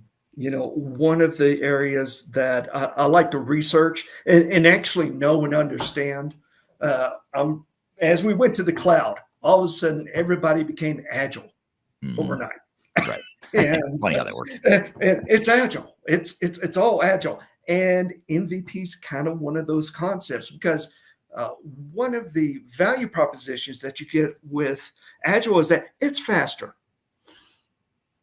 In some respects, it can be faster, especially if you're going towards a minimum viable product. Yes, it's about getting software into production. So yes, I do believe in that. I think those are options that are there and available. I'll be honest, my experience when I use MVP is when I get called into troubled projects and the scope's already blown. And it's like, okay, we need to go live by June with something. I don't know what. Right. What can we go live with? Then I start looking at that MVP. And but typically my approach is, and I look at it from an adoption perspective. I need to give what the customer has today as much as possible. I know there's going to be areas I'm going to cut, but as much as possible, because I know the customer's going to feel like, okay, we went in the cloud, but I felt like I took a step back. There's some things I lost Right. in there. I want to minimize that as much as possible so I can get that adoption and acceptance. Also, number two, the faster I can start getting them towards adopting new functionality, because that's going to be the value. That's where the ROI is really going to kick in. So MVP, absolutely. I just use it as a concept in planning to provide as an option, especially if the customer says, hey, I purchased and I had a customer like this. They purchased Oracle Cloud 2 years ago, but they haven't done anything with it. Now they're getting charged, and all of a sudden they got their ducks in a row, and it's like, we need to go live with something. Our executives are just pounding the table. We need something. Definitely, I use the MVP approach to say, here are our options. This is something that we can go with rapid. Is it going to be everything you want? No, but it gets you a win. And sometimes just getting a win is a good start. Yeah. That makes sense. And it's a good way to build momentum, get some confidence in the project, and not bite off more than you can chew right away. It gives you some flexibility there. So sort of looking ahead then, looking ahead to the future here, Brett, what trends do you see shaping the future of ERP implementations, and how should we be getting ready for those trends or predictions that you might have for the future? Well, there's still going to be ERP failures. I was hoping you say they were going to disappear. Yeah, we're still going to be learning the lessons of the past because it's all about execution, Eric, right?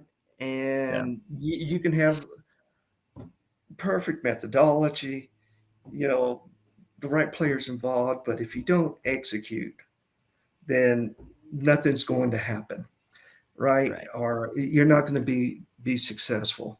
I think number two, you're seeing more hype, and you're probably going to, hoopla. Forgive me, sometimes I speak too blunt about AI, right? Yeah. Machine learning, automating, but it's going to have siloed or very limited value. And the reason why is the AI beast requires a lot of data. Mm-hmm. Now, most of these cloud and most of the AI tools and research and capabilities are in the cloud. However, most cloud offerings are not developed to where there's a complete conversion of the customer's data. It's usually the bare minimum, or maybe a little more, just enough to get them in the cloud that they can operate. So because of that and the limited data that they're going to have, they're going to be getting limited value from that. And it's also, comparing that to the reality of, I got these new AI tools, but I can't make payroll. What's going to come first, right?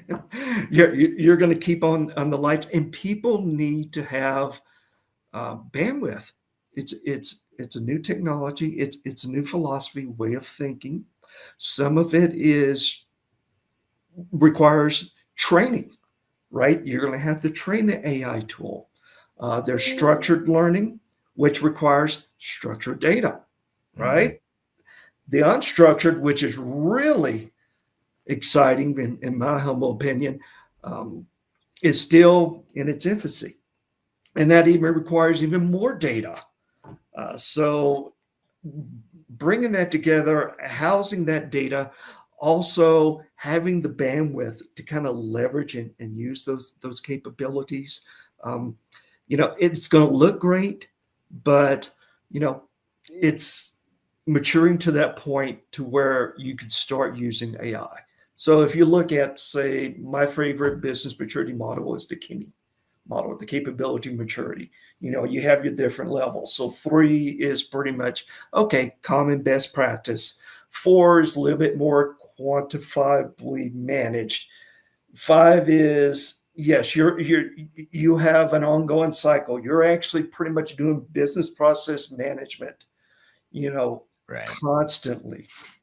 But moving up that, but say like AI is kind of at the level of a maturity level of a 4 or 5. Yeah. So if you're at 2, You're not going to get value. it's going to be siloed. It's Yeah. going to be very limited. So I think knowing and understanding, it's not only providing the technology, but Mr. Customer, here's how you get there. Right. You're not there yet, but if you lay the foundation, you start grabbing this data, you start building that data, you have these standards that you can be successful down the road. Right. Yeah. That makes total sense. And it's worth looking past the hype. I know we're all enamored by AI right now, but it's also important to look at, well, how do you actually get value out of it? And what do I need to do to get that level of maturity that you're talking about, which I guess the good news is it forces organizations to do what they should have been doing all along, which is clean up your data and yes, have good data. So now I think the good news is forcing organizations like, oh, this data thing really is serious. We actually need to clean that up. So maybe there's some good news here. No, absolutely. Absolutely. Yeah. Well, good. Well, thanks so much for being here, Brett. Time flies when you're having fun, and we cover as much ground as we have. And I know there's a lot of ground we didn't cover. I had several other questions I was going to ask you. We didn't have time to get to them all, but I know the audience had more questions. So we'd love to have you on some time again in the future and keep the conversation going, because I think you've got a lot of wisdom, obviously, to share here. You share a lot here today, but you've got a lot more that we could learn from you. So thanks for being here today. No, and thank you, Eric, for all you do for the industry in sharing and getting out the word. It's really important. And for everyone who participated on the call today, thank you so very much. And feel free to shoot me a question. I'll be honest, I may not even know the answer. 9 times out of 10, I may not. Right. But definitely enjoy doing the research, pulling things together, and learning. That's what makes me a better project manager and, more important, project leader, because I like the leadership a whole lot more than the management. Well, thank you, Brett. Thank you again for being here. Great conversation. And thank you to the audience for some really good questions there. There's some super fascinating comments and questions there. And we've got a lot more we're going to build on here with this conversation. We're also going to get into Agile and how Agile is destroying ERP implementations, just to sort of build on some of the stuff we talked about here with Brett. But first, we're going to take a quick break. We'll be back with more Transformation Ground Control.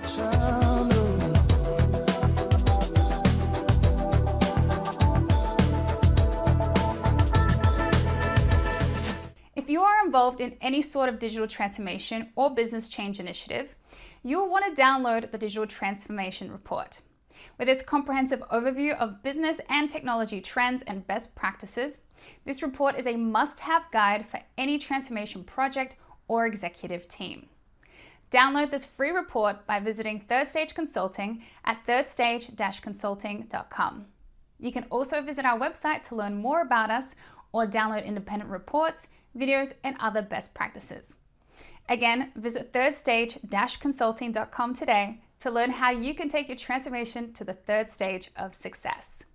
Are you looking for ways to promote your product or service to enterprise technology decision makers and influencers throughout the world, like the ones who listen to this podcast? Major Tom Productions creates media, events, and influencer marketing for B2B technology providers. Our productions are exciting, educational, disruptive, and effective. Most importantly, they create results. Our content is unlike any other in this industry, engaging, influential, and trusted by technology buyers and influencers throughout the world. Each month, our productions reach hundreds of thousands of targeted buyers and decision makers who trust and engage with our honest and tech-agnostic content. With long-tail viral results and engagement with our content, Major Tom Productions provides a way to reach your target market and create awareness, calls to action, and a connection with potential customers. So, collaborate with us today. Learn how we can feature your product or service on podcasts such as Transformation Ground Control, Journey to S/4HANA, and Journey to Dynamics 365. We can also feature your brand on our YouTube channel called Digital Transformation with Eric Kimberling, which boasts over 100,000 subscribers and over 2 million video views per year. You can also participate in our in-person events, including our Digital Stratosphere Conference. Contact us today to learn more. We can tailor a marketing campaign that works for you. We look forward to helping more people learn more about and become engaged with your brand.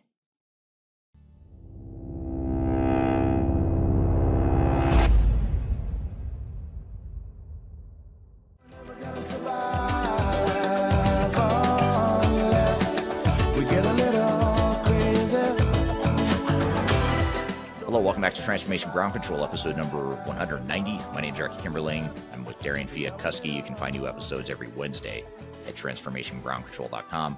This show is produced by Major Tom Productions and sponsored by Third Stage Consulting. So, Darian, we just had Brett on the show, and we chatted quite a bit about a lot of different things related to ERP implementation success and how to do implementations the right way. What were some of your thoughts and takeaways from the conversation?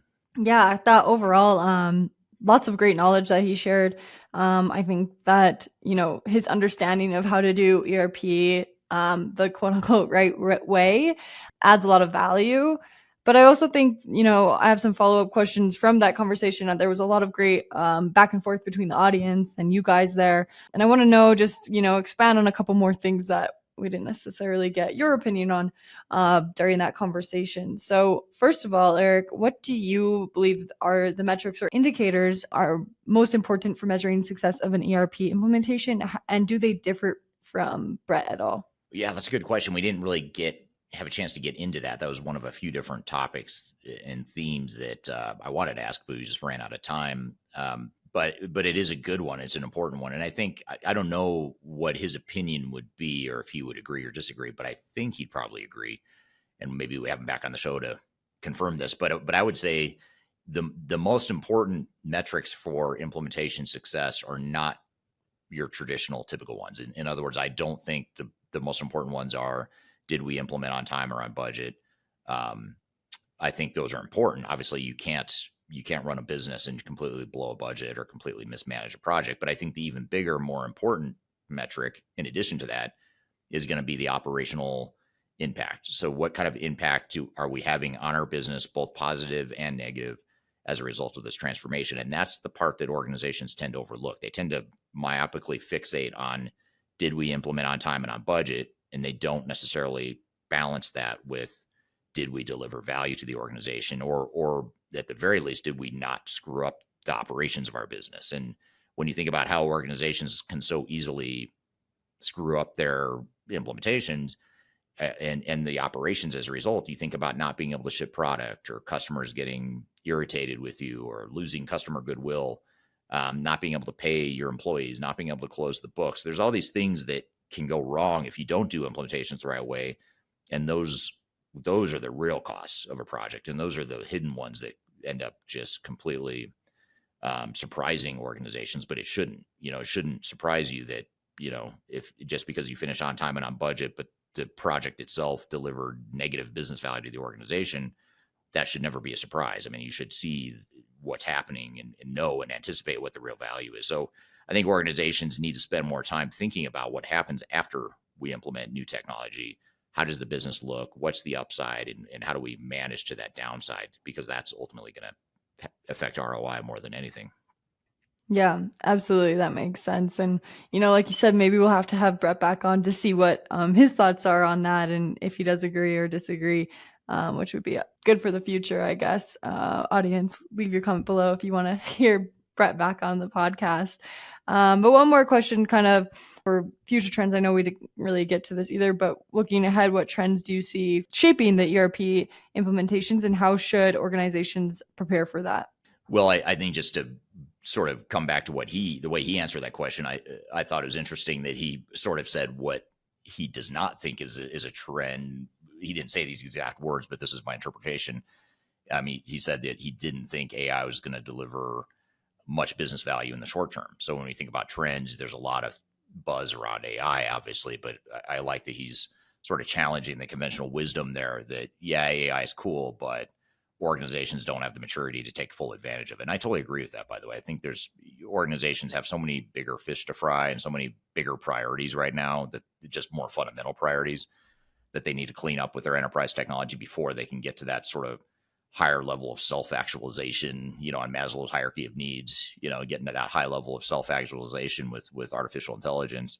Most organizations aren't ready for that. They've got to get their ducks in a row first before they take advantage of AI. So I think that was an interesting perspective, but that doesn't answer what I think some of the trends are. In my opinion, I think the best of breed model is going to continue to evolve and become more viable. Instead of the big single monolithic ERP systems, I think you're going to see more of a best of breed approach, especially with AI. I think that is something that AI is going to fuel a little bit more now, is because you can get away with having multiple systems now. When you have something as powerful as AI, it sort of mitigates that risk we had in the past of trying to patch together a hodgepodge of systems. Now you've got AI that doesn't solve all the problems, but it can tie together data and tie together workflows potentially better than a single ERP system could. So I think that's one thing, is that best of breed will continue to evolve. I think data management, data science is going to be super hot for the next decade or longer. So anyone that's going to school right now, if you take a couple courses in data science or get a minor in data science, I think that's going to be super valuable in the future. And if you're already in your career, it's an area that if you learn about it, I think it's going to help fuel or further your career for sure. So those are just a couple things. I do think, my most controversial prediction, I don't think it'll happen in 2025, but I'd say in the next 5 or 7 years, you'll start to see some of the fallout and some of the negative downside of cloud and SaaS adoption, because you're going to start to see that first wave of companies that outgrow their system or decide that they want to start, they've evolved as a company and they need to switch vendors. And I think you're going to see the pain of trying to switch your cloud solution, which is going to be a lot more painful than even switching your on-prem system was, back in the day. So I think that's going to create a lot of maybe a bit of a backlash. And I think the pendulum might swing a little bit away from this all-in commitment to cloud and SaaS solutions. I think you'll start to see some companies want to back off that a little bit and maybe not have so much vendor lock-in and so much committed to the cloud, just because it sort of, I think it's going to hamstring organizational flexibility in the future. But we haven't seen that yet because companies are still going through the adoption of cloud solutions for the first time. So that would be my more controversial, maybe not widely agreed upon prediction, but that'd be one thing I see in the coming years as well. Yeah, I think all those trends will be really interesting, or all the trends that you think may happen or that we may see the next few years will be interesting to, watch and see what really happens there. And it's same with, what Brett said, along with, not that he thinks it's necessarily a trend, but maybe anti-trend of AI not being used in the near future, at least, or being super effective, or key point that organizations should be focusing on. So I think that's super interesting take as well. Yeah, and one thing he did mention in this conversation, we talked about toward the end of the conversation, we talked about the MVP or minimum viable product concept that goes along with Agile. And that was one of the threads that we touched upon. And in fact, we're gonna continue with that thread on Agile here in just a moment. We're gonna play you a video clip from my YouTube channel where I talk about how Agile is destroying ERP implementations and digital transformations. And so we're going to play you this YouTube video, which generated a lot of conversation and interest, both positive and negative. We want to play this clip for you and get your feedback. What do you think about this whole argument I make in this video about how Agile is undermining the success of digital transformations? I'm going to play you that clip here in just a moment, but first we're going to take a quick break. We'll be back with more Transformation Ground Control.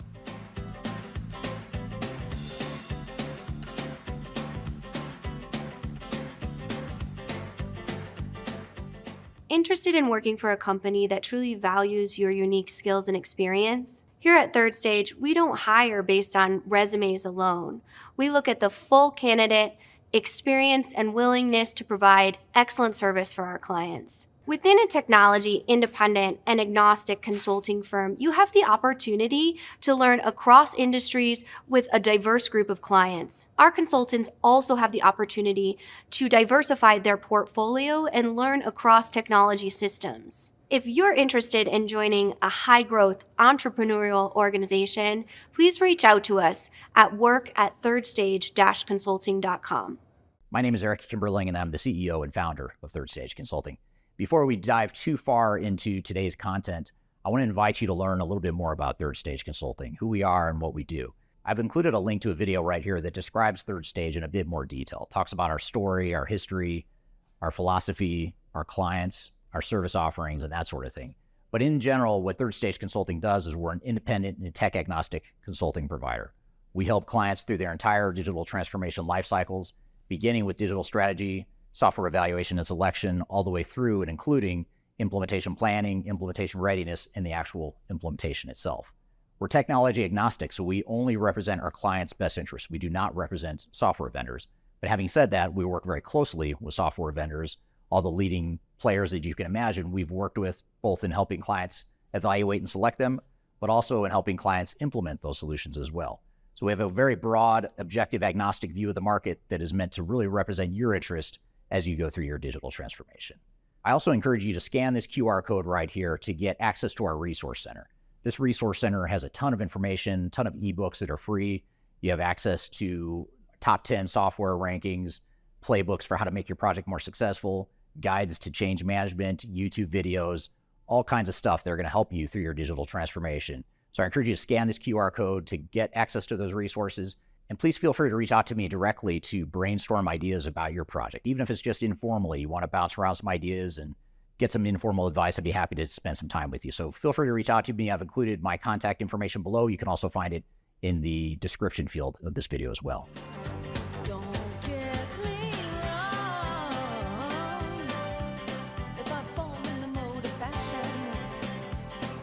Hello, welcome back to Transformation Ground Control, episode number 190. My name is Eric Kimberling here at Darian Chwialkowski.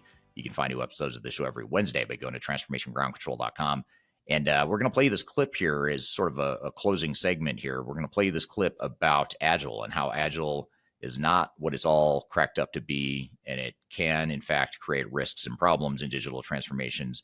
And we're going to explain to you in this video why that is and how that is. So let's roll the clip and we'll come back and chat about it. I'll be curious to hear what you think too as you're watching this video. Drop in the chat wherever you're listening or watching to this podcast. I'd love to hear your feedback on what you think. Do you agree? Do you disagree? Would you add additional points to this argument? Let me know what you think. But here's the clip of how Agile is undermining digital transformations. Agile methodologies are all the rage right now. Most software vendors, if not all of them, are using at least a flavor of Agile implementation methodologies when they implement their new technologies. Most software vendors, if not all of them, are using some form of Agile methodologies, even if it's just a hybrid or a variation of Agile. So the question becomes, why is this such a big thing, and why is it such a problem, in my opinion, as it relates to digital transformations? So what I'll do today is I'll talk about, first of all, what Agile is and why it's such a big deal right now. And then I'll talk about why it creates unintended consequences or unintended problems for digital transformations. And most importantly, at the end of this video, I'll talk about what you can do about it and how you can leverage Agile where it makes sense, but not go too far into Agile where it doesn't make sense. Before we dive too far into today's content, I want to share a little bit of information about Third Stage Consulting and who we are. Third Stage Consulting Group is an independent technology agnostic provider of consulting services to help clients through their digital transformations. We help with digital strategy and software selection, as well as implementation planning. And during implementation, we provide services related to program management, organizational change, business process improvement, as well as enterprise architecture. These are just some of the services we provide. We have offices in North America as well as Europe and Asia Pacific. So if you'd like to learn more, I encourage you to check out our resource center, which includes a number of resources that will help you through your digital transformation. And you can access that for free using the QR code here or the links below. You can also reach out to me directly if you'd like to discuss your digital transformation and brainstorm ideas on how to improve where you're headed on your journey. Now let's jump back into today's content.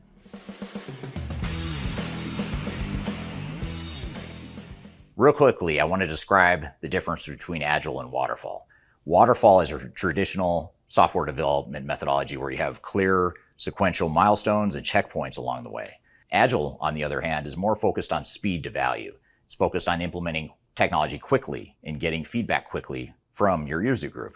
And I'm not going to dive into all the nuances of Agile versus Waterfall, but if you'd like to learn more about what Agile is and how it's different from Waterfall, I encourage you to check out this video right here on my YouTube channel. That video is solely focused on just differentiating between the two to help you define which makes the most sense for you.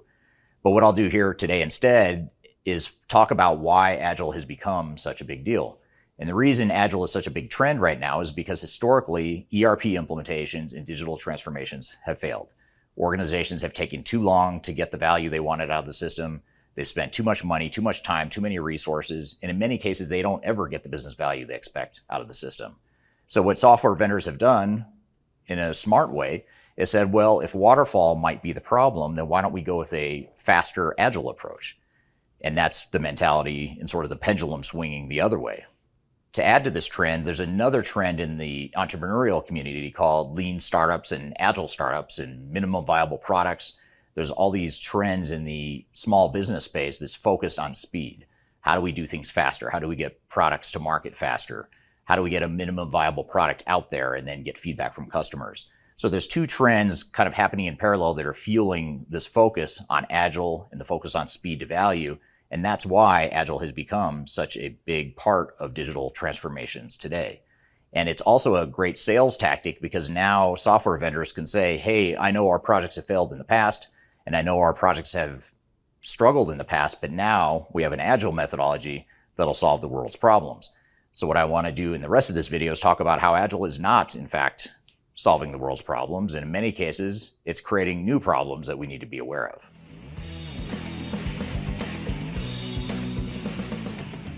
One of the core tenets or philosophies as it relates to Agile is that we don't want to take a lot of time up front defining our business processes, defining our requirements, defining end-to-end business processes and workflows, because that takes time. It slows down the process of getting technology out there and getting speed to value. So what Agile does, it says we're not going to do that. We're just going to start deploying technologies. We'll find smaller problems throughout the organization and we'll deploy technology to fix it. And we'll get feedback from end users and then we'll tweak it and adopt it and pivot. And we keep going through this iterative cycle. Sounds fair enough, right? But the problem with this approach is most clients we work with, especially larger, complex, and multinational organizations, are trying to standardize their operations. They're trying to get a better view of their end-to-end business processes. They want to improve their end-to-end business processes, and they want to start acting like one company.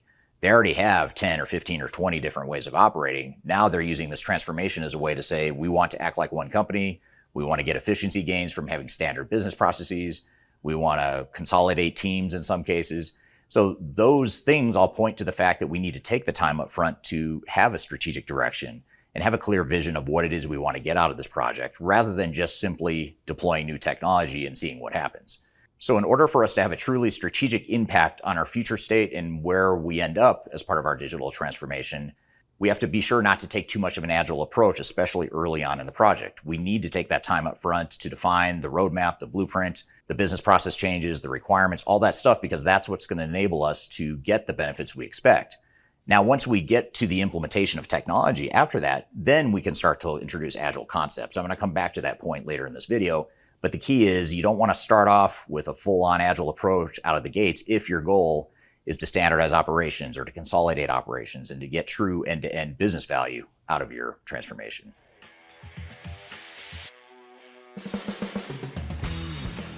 I talked a moment ago about how Agile doesn't necessarily support the need for strategic direction and focusing on what you want to be when you grow up.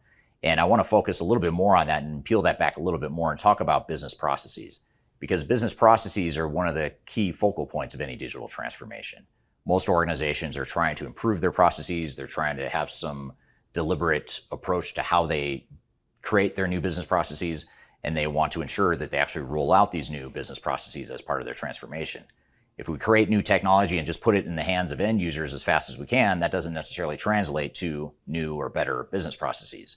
So taking the time up front to actually map out and sketch out your future state operating model, your end-to-end business processes, the way you're going to standardize or change the processes, how you're going to integrate processes, how you're going to organize the people around those business processes, That's all part of redesigning your organization and defining what the organization is going to look like in the future. And Agile doesn't necessarily support that. In fact, Agile runs counter to that concept, because if you think about it, what I'm advocating for is more that waterfall approach, where you take the time up front to define your end-to-end processes, define what you want your re-engineered processes to be, and then implement technologies behind that. Whereas Agile would probably flip that around and say, let's get technology out there, and we'll use that as a way to educate ourselves and inform ourselves how we might improve and make our business better.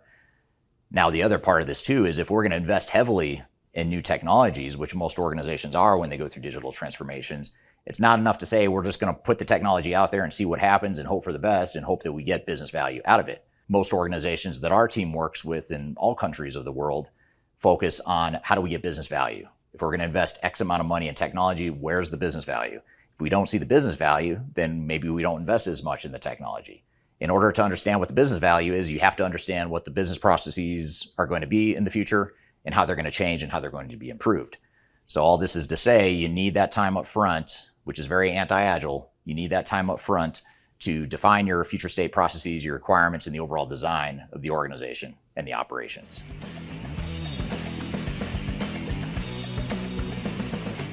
So if you've listened to this whole thing so far, you might think that I am completely against Agile. I hate Agile, never want to see it anywhere in digital transformation. Fortunately, that's not true. I do think there's a value and merit in Agile, but only in moderation, just like anything. We don't want to double down and go all in on Agile when it doesn't make sense to our organization, but there are ways that we can leverage the value of an Agile mentality. And the key is, where do we use it? When do we use it? How often do we use it? And what's the right timing? That's the key thing. What's the timing for moving into more of an Agile approach? And just to generalize and to summarize, I would say the best way to think about it is if you treat your upfront planning and blueprinting stages of your digital transformation in a waterfall approach, that's going to make a lot of sense, especially if you then shift into an Agile approach. And when you shift into that Agile approach, that's where you can start to accelerate and speed things up. And that's where, by having that clear blueprint and that clear roadmap that you've defined in the upfront stages of your project, that's actually going to enable a better Agile approach that goes faster later on. In fact, I would argue if you took two exact same projects in parallel, run one that's fully Agile, run the other one that starts waterfall, then moves to Agile, the one that starts waterfall and moves to Agile, I would argue, is going to be implemented a lot faster and deliver value a lot faster than the other scenario where you start with Agile. And the reason for that is if you start with Agile, you're sort of going in circles and you're meandering through your project and experimentation and all that stuff that ultimately will take more time and money than if you just took the time to plan and create a clear roadmap up front before you shifted into Agile mode. So that's one way to look at it, is start with waterfall, move to Agile later on. Now, there are a couple scenarios where I would say maybe Agile does make sense from the start. One would be if you're a high growth organization. If you're a fast growing, fast moving technology or a younger company, chances are pretty high that even if you wanted to take a waterfall approach and take that time to define business processes and requirements up front, you wouldn't be able to, because it's like a moving target. You're growing and changing so fast that it doesn't make sense to start off with a waterfall approach. Agile is actually going to serve you a lot better. That's where you want to leverage Agile from the start, because as the company evolves and changes, you can be baking technology into those changes along the way. The other scenario where we see Agile work really well, even in larger organizations, is if you're focused on innovation.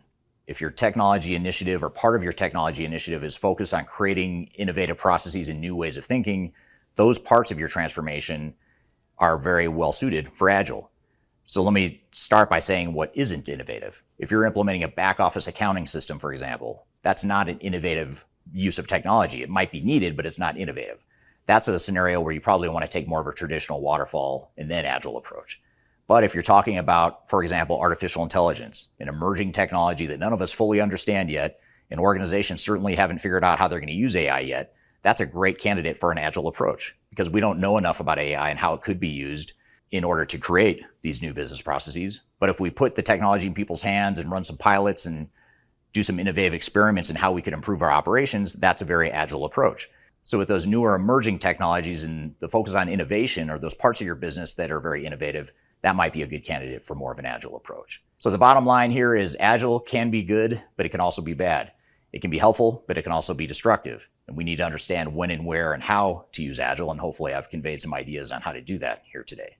So that was the clip from my YouTube channel talking about how Agile is undermining digital transformations. Curious to hear what you think, audience. Do you agree or do you agree or disagree? Are there things you would add to the conversation? Love to hear your thoughts here, because I know this is not a widely accepted line of reasoning, and a lot of times people disagree with me on this topic. So I'd love to hear your feedback, both positive or negative here.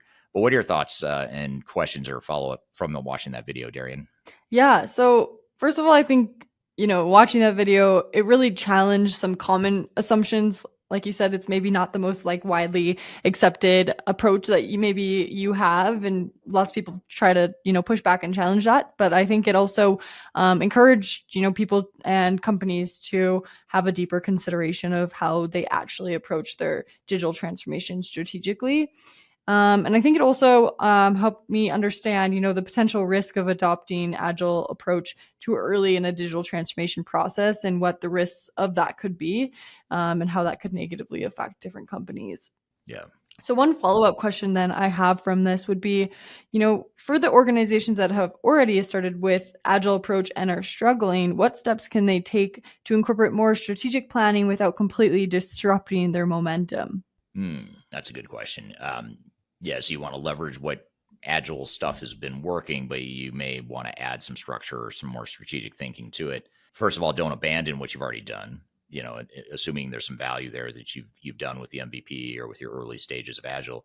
But while you're doing that in parallel, it's okay to go back and sort of look at your end-to-end processes and start to prioritize and look more strategically at the whole landscape of what it is you're trying to accomplish, and then define your steps forward after whatever Agile phase you might be in right now.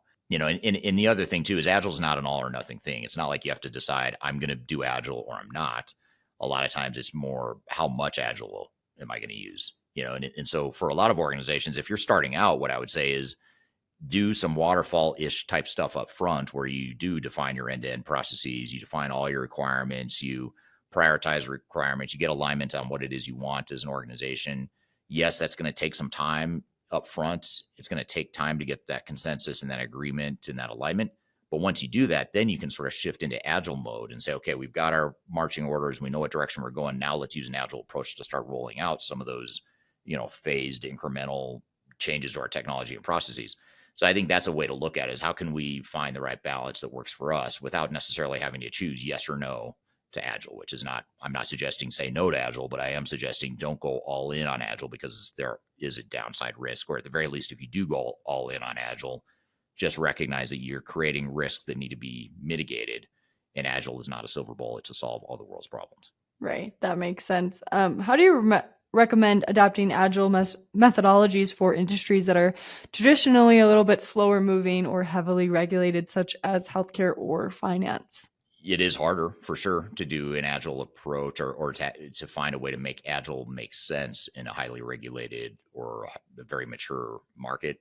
It can be a way to maybe disrupt that slow moving culture you might have. Agile can be a way to sort of speed things up. It could also be a shock to the system, though. So you have to recognize that, it's not going to be smooth sailing just because you introduce Agile and call it Agile. I don't know, that I have a good answer as far as how exactly to do that. But I think, again, you want to do what's right for you as an organization. And it may be if you're highly regulated, or it may be that if you're a very highly tenured, well-established, mature organization that's pretty set in its ways, it's a little bit harder to change. That's okay. That may not be the right environment to go all in on Agile. And maybe you start off with more of a traditional approach and then shift slowly into Agile, or, find instances where you can find that small isolated use case that you can be deploying technology quickly and use that as a way to build some momentum, similar to what Brett and I talked about in the conversation earlier in this podcast. You can do that as a way to build some momentum and get some quick wins. Yeah, that makes sense. And one other question I have with this is more AI based, but for companies that are focusing on, implementing AI and other technologies that are newer, how do you suggest that they approach the initial stages of their digital transformation? Should they consider some waterfall elements before diving into Agile, or what approach do you suggest for those kinds of companies that are focusing on those things? There's the case for waterfall for a smaller, newer company is that you can design the business the way you want it to be. You can sort of envision how you want it to work. And the thing with Agile is if you just start deploying technology and you don't yet have your processes defined, you don't know what they're going to look like, You could do it by testing and trying new things and then using that as a way to solidify and standardize and document your processes. But you just want to make sure you follow up that agile approach with more of a, waterfall based sort of methodology around documenting and having an end-to-end business processes and business requirements all defined, so that becomes sort of a blueprint for how you grow and scale your company. So I think you might sort of do a reverse order. If you're a starter, a smaller, younger company or a startup, you might start with an agile, but then sort of shift into a waterfall, where then you start to document processes, especially as you learn what's going to work. You learn what technologies and processes are going to stick within the organization. And then you find those high value areas that you want to scale. And then you can say, okay, that becomes our standard process. So then we go back and document and create sort of our standard playbook for how we run the business. So it may sound counterintuitive, but in that case, it may make more sense to sort of flip it around and start with agile, then shift into more of a waterfall mindset after that. Yeah, that's super interesting. I would like to know, like we said, the audience has a lot of opinions on this topic. So audience, what do you think about this? And do you agree, disagree, and why? Yeah, I'd love to hear the feedback here. What do you think about agile? Is it a good thing? Have you seen it work? Have you seen it struggle? What's been your experience with it? I'd love to hear your feedback in the comments wherever you're listening or watching here. Well, great stuff. Well, thanks for all the great content here today, Darian. Thank you to Beaubouef for joining us as our guest here today. Thank you to the audience for the great questions and user-generated content you helped with here today. And again, you can find new episodes of this show every Wednesday. Go catch all the past episodes you might have missed by going to transformationgroundcontrol.com. You can also subscribe and watch and listen on whatever platform you want at that same website. So go check out transformationgroundcontrol.com. In the meantime, we'll look forward to seeing you next week. Hope you have a great week, and have a great week in the meantime. Take care.